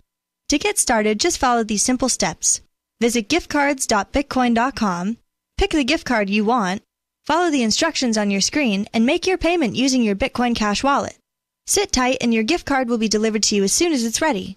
That's giftcards.bitcoin.com. You want to know the 37 items you must have to survive a crisis? Then I've got some good news for you. Former CIA officer and New York Times best-selling author Jason Hansen is now giving listeners a free copy of his book, The Escape Bag Blueprint, 37 Items You Must Have to Survive a Crisis. You can claim your copy at freeescapebook.com. Don't delay. Jason reveals the guns, knives, flashlights, and water filters that could save your life in an economic collapse or grid-down event. Get your free book today, freeescapebook.com. freeescapebook.com. Marijuana has unleashed a green gold rush across our nation. It's creating $10.8 billion in new wealth a year. And every day, it's transforming more and more Americans into millionaires. In an historic event, former Speaker of the House John Boehner reveals how you could become one of them. Join him online for the American Cannabis Summit. Attendance is 100% free, but space is limited. Join online at www.acs2018.com. This event is the first of its kind ever. John Boehner and an esteemed panel will reveal which cannabis stocks are primed to deliver life-changing windfalls in the weeks and months ahead. Plus, they will show you how to become a cannabis angel investor, backing the hottest startups before they potentially become worth billions of dollars. Join American Cannabis Summit online at acs2018.com. Attendance is free. That's acs2018.com.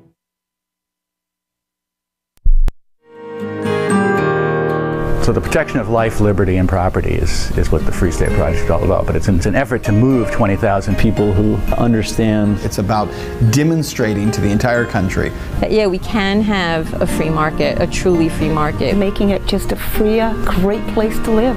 It's the world's largest voluntarist libertarian community, and it's only getting bigger. That's amazing. To be able to move to a place where other people passionately believe in being free and independent. What the Free State Project is managing to do, though, is to put their money where their mouth is. Physically getting up across the country and saying, let's go someplace and let's demonstrate the power of these ideas. There's a lot of kind of philosophy that surrounds liberty. There's a lot of thinking about it and talking about it. But here in New Hampshire, people are doing it. 101 Reasons Liberty Lives in New Hampshire, a documentary by Free State Project Early Movers. Watch it free at 101reasonsfilm.com. 101reasonsfilm.com.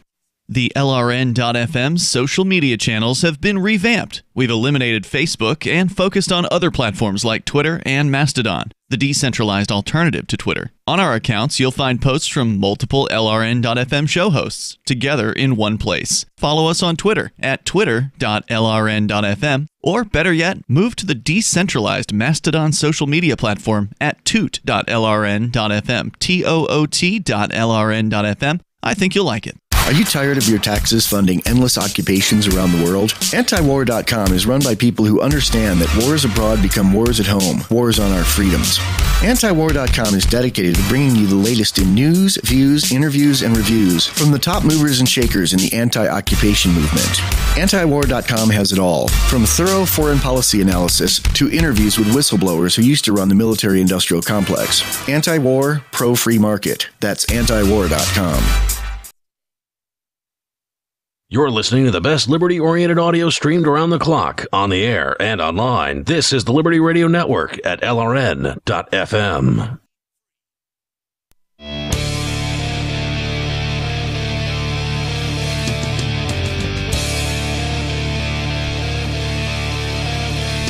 Free Talk Live. Dial in, toll free. We got enough time for you right now if you get on the lines here. With you tonight, by the way, it's Ian, Michael, and Melanie. Thanks to Libertarian Banker for being a Free Talk Live amplifier. In fact, he's a gold amplifier, which means that he's given $10 a month to Free Talk Live for the purposes of helping advertise, market, and promote this show. That's what AMP stands for. amp.freetalklive.com is where you can get signed up. You can use PayPal, you can use credit card, you can use Bitcoin, BTC, and normally we just ask $5 a month, but he's doing 10 because he feels like it, and that's awesome. And thank you for that, Libertarian Banker. And thank you to everybody else who is and was and has been a Free Talk Live amplifier. We'd love to have you back if you're a former amplifier. If you've never amped the show before, then please, if you like what we're doing here and you want to help us get on more radio stations around the country, bring new internet listeners on board, if you want to do that, then please help us out. It's $5 a month. Go to amp.freetalklive.com, and you'll get some cool perks like access to the AMP-only call-in lines, the AMP-only podcast. There's the AMP-only Facebook group. You get a special badge on our forum. You get also access to the subscribers area of our Discord chat server. Go and get more of the details, and you'll find out what we're spending the money on and that kind of thing over at amp.freetalklive.com, and then get signed up. We really appreciate it. It makes a big difference for us. That's amp.freetalklive.com. Let's go to the phones, to the fun. Matthew is in Louisiana, listening on YouTube. Go ahead, Matthew. Yeah. Good evening and a Merry Christmas to y'all. Merry Christmas. Merry Christmas. Go ahead. And, okay, first, a good source for information about the Straight 411 from China is a YouTube channel called China Uncensored. Go check it out. All right. The situation in Syria, I feel bad for the Kurds, but the situation there was always going to be untenable. They're landlocked. We can't resupply them by ship. And there's no earthly way we could keep that situation going if, things ever really got ugly, because, you transport aircraft can only carry just so much stuff. It was never a really good situation, and I know that the Kurds have dreamed about putting Netanya back together, but it's not going to happen because we can't help them. The best they can do is make the best deal they can with the Russians and Assad. Well, I mean, it's none of the U.S.'s business anyway. I mean, the United States shouldn't be involved in any international conflicts whatsoever. Well, I understand why we would want their help in defeating ISIS, because that was like a mutual enemy. But then I don't want their help in doing anything because I didn't create ISIS. I'm not involved with ISIS. How is ISIS a mutual enemy? ISIS is way over ISIS there. Hates all of us. Okay, they can hate us, and they can hate us from over there, and unless they have missiles that can reach us, ISIS only exists because of the United States intervention in the Middle East. Oh, I totally and wholeheartedly agree with you, but whether they exist because of our intervention over there or not, I still kind of view them as a problem. Yeah, I mean, there's bad people in the world in a lot of places. They're all a bunch of problems, but their problems don't have to be our problems. And the only reason they are is because of the U.S. federal government. Huh? Yeah, like our intelligence agencies, which are just so good at spotting threats to the United States and sending our troops off into battles and places where it's untenable, like Afghanistan. Yeah, so again, these terrorists, whether they be ISIS or the other variants, would not really be near as powerful or even exist if it weren't for the U.S. government's constant interventionism, constant placing dictators and replacing dictators and funding killers and, basically creating the circumstances that give rise to these people. And once they create them, I don't think there's any obligation to continue to fight over there. And Donald Trump seems to understand this with his most recent tweet, or one of his more recent tweets from earlier this week, saying that, hey, what are we doing there? Why is the United States even there? I'd like to know the same thing. It really just, as much as I would love for these places to, hey, come on and join the 21st century. If they want to live in a medieval world, what can we do? Matthew, thanks for the call tonight. I appreciate hearing from you. Merry Christmas. Toll-free number here, 855-450-FREE. Nicaragua, the director of a TV station critical of President Daniel Ortega, has been accused Saturday of inciting terrorism after authorities raided and shut down the station's offices in their latest salvo against independent media and non-governmental organizations. Miguel Mora's wife, Veronica Chavez, who's also a journalist, accused police at a news conference of carrying out a kidnapping of her husband, quote, on orders of the dictatorship of Daniel Ortega and First Lady and Vice President Rosario Murillo. Mora appeared in court in the morning wearing a blue prisoner's uniform and was formally accused of, quote, provocation, proposition, and conspiracy to commit terrorist acts. This is for running a television station. What? The document alleges that Mora, through the 100% Noticias channel, which is, I guess, the name of the TV channel, incited hate, they say, with messages and false news that purportedly provoked people to violent acts and protests this year that have demanded Ortega's exit from office. So because some people are protesting, they're trying to claim that this television station had some kind of hand in encouraging that. So they're saying the station encouraged the protests rather than just covering them? Indeed, Mora was arrested in a police raid Friday night in which agents also took control equipment from the station. The channel went off the air, and the National Broadcast Regulator issued a statement banning cable operators from carrying its signal. Chavez says they had, this is again his wife, they had everything planned. They waited until Miguel ended his IV Poder, which maybe that means fourth Poder, program and began to surround the station. Then they entered in force as if they were after a dangerous criminal, pointed guns at us, and took him away. Chavez says she and 4 others were also arrested, and she was the only one to be freed 3 hours later. The station had previously been forced off the air for more than 10 days in April before being allowed to resume broadcasting.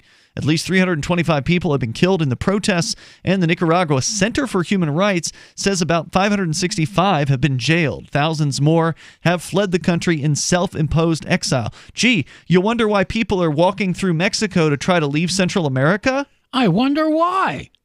You can't even run a television station in some of these places. This guy, Ortega, the president, age 73, alleges the protests were part of a coup plan to topple him. Opponents accuse him of increasing authoritarianism, of ordering the deadly protest crackdown by police and armed pro-Ortega civilian groups, and of harshly persecuting government opponents.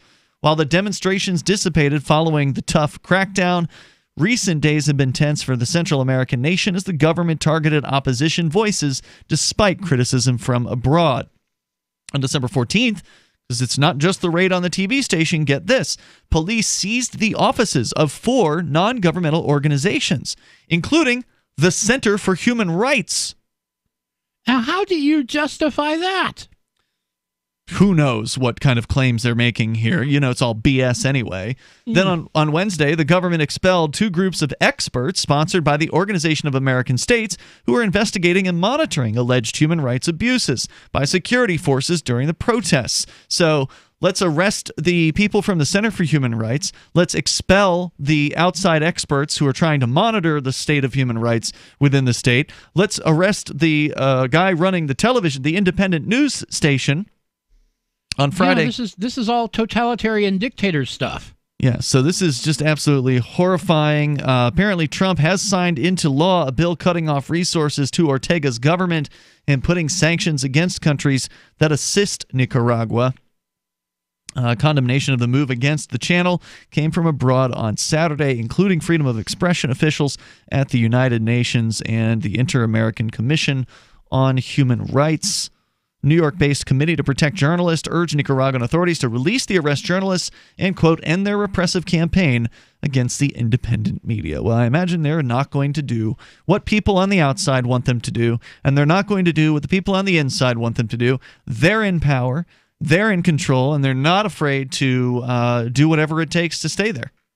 And they're going to have a lot more pressure put on them, and credible pressure, something that they would actually want to actually pay attention to. But when people in the United States look at a group of people coming from places like Nicaragua, again, it's just south of Honduras. So yeah, you've got people walking 1,000 miles through Mexico to get somewhere better because this stuff is going on in their own country. Right, they don't understand They that. can't fight back. I mean, the people in the United States don't have any concept of what it's like to have a armed squad going in and raiding their local television station.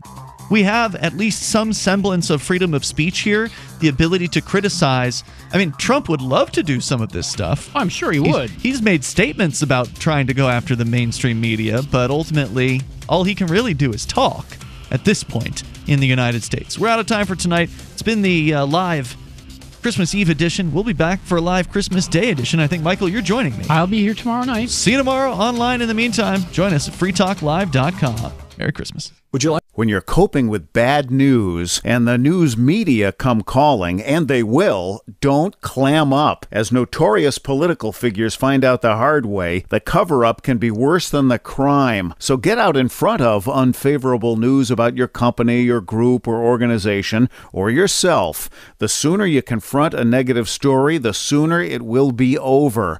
Responding as quickly to negative stories as you do to positive ones enhances your credibility. Hiding embarrassing information or lying will do more damage than damage control. Never stonewall. Tell your side of the story, use specifics, and detail what corrective action has already been taken. Respond in kind. If the issue is emotional, don't sound like a cold, unemotional Mr. Spock.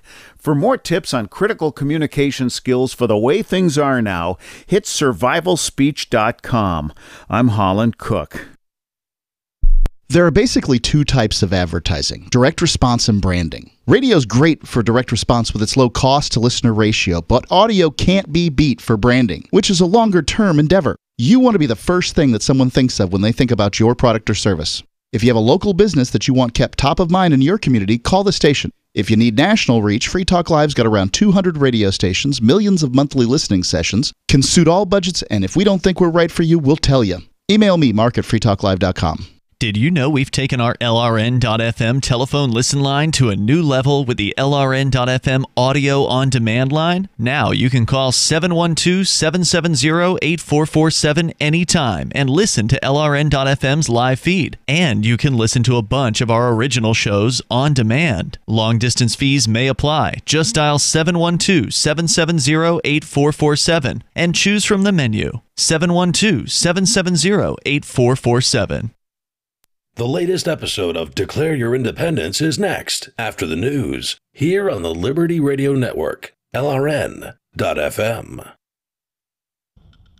From Keene in the Shire, the Liberty Media capital of the world, this is Daryl W. Perry, host of FPP Radio News for Monday, December 24th, 2018. Silver is trading at $14.69 per ounce. Gold is valued at $1,261 per ounce. Zen is trading at $6, and the average price of Bitcoin is $4,180.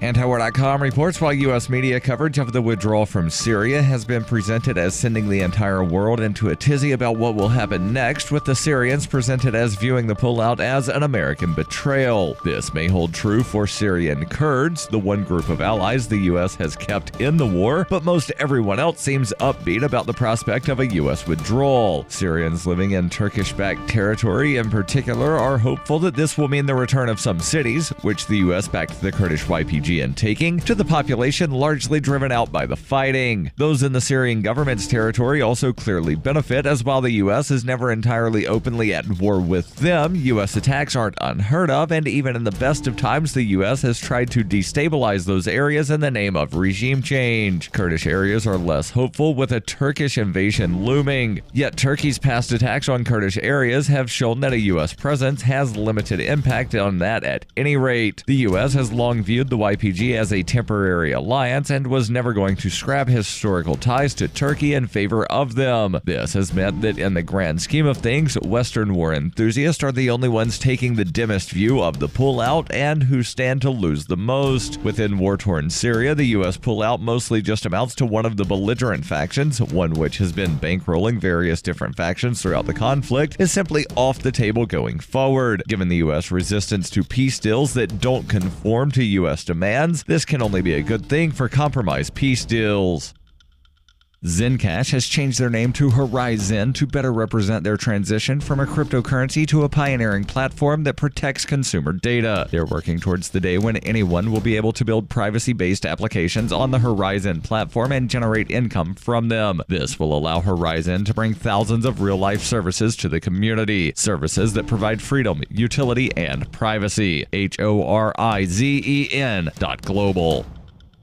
UPI reports President Donald Trump's budget director and chief of staff on Sunday said the partial U.S. government shutdown could continue until January 3rd when the new Congress convenes and Democrats take over the House of Representatives. Mick Mulvaney said on Fox News Sunday, "It's very possible this shutdown will go beyond December the 28th and into the new Congress," adding, "I don't think things are going to move very quickly here for the next few days because of the Christmas holiday." Mulvaney serves as director of the Office of Management and Budget and was named acting White House Chief of Staff 10 days ago. The U.S. Senate adjourned on Saturday, unable to break an impasse over Trump's demand for more funds for a wall on the border with Mexico that Democrats are unwilling to accept. Mulvaney said the White House made a counter-offer to Democrats on funding for border security that fell between the Democrats' offer of $1.3 billion and Trump's demand of $5 billion. As part of those talks on Saturday, Vice President Mike Pence offered to drop the demand for $5 billion for a border wall, substituting instead $2.1 billion, according to ABC News, citing unnamed sources. A Democratic source familiar with the negotiations said real discussions have been happening between Democratic lawmakers and Republican Senator Richard Shelby, the chairman of the Appropriations Committee, who has been talking to the White House. It was unclear what Democrats had offered. Mulvaney sought to shift blame for the partial shutdown to Nancy Pelosi, the Democratic nominee for Speaker of the House of Representatives, saying she might hold up negotiations to ensure that she secures the position. Pelosi spokesman Drew Hamill disputed that account, saying in a statement, "As Mr. Mulvaney well knows, House Democrats are united in their opposition to the president's immoral, expensive, and ineffective wall." Hamill said the White House should stop the posturing and start serious bipartisan talks. More than 400,000 essential employees in some federal agencies will work without pay until the dispute is resolved. Another 380,000 federal employees will be furloughed, meaning they are put on temporary leave. Law enforcement efforts, Border Patrol, mail delivery, and airport operations will remain active.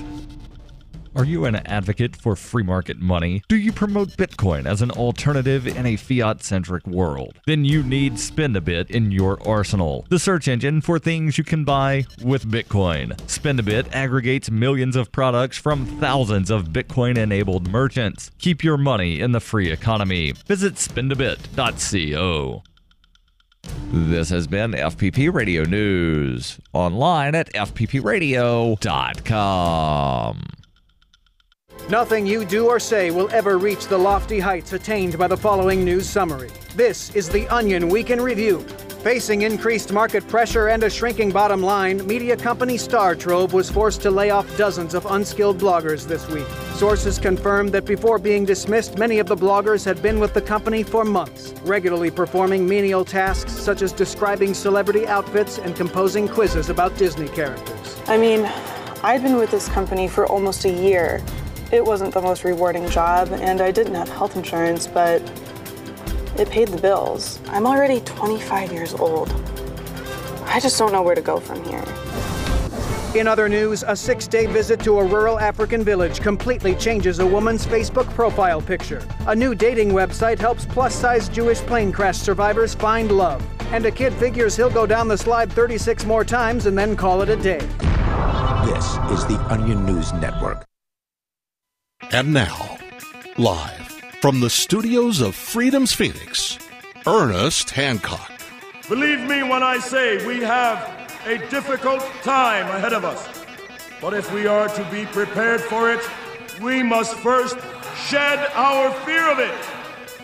I stand here without fear because I remember that I am here not because of the path that lies before me, but because of the path that lies behind me. I remember that for 100 years we have fought these machines. And after a century of war, I remember that which matters most. We are still here! Today, let us make them remember. We are not afraid!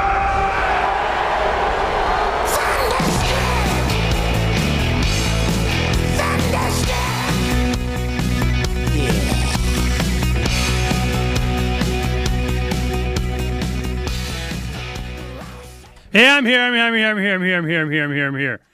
You know, we're pushing more buttons. Dang it. All right, this is what's going to happen. At the end of the show today and throughout the weekend, we're going to get everything all done and reroute and do all kinds of cabling. I know some people, I can see a click. I can't hear it, but it processes out when we do the file, but there's...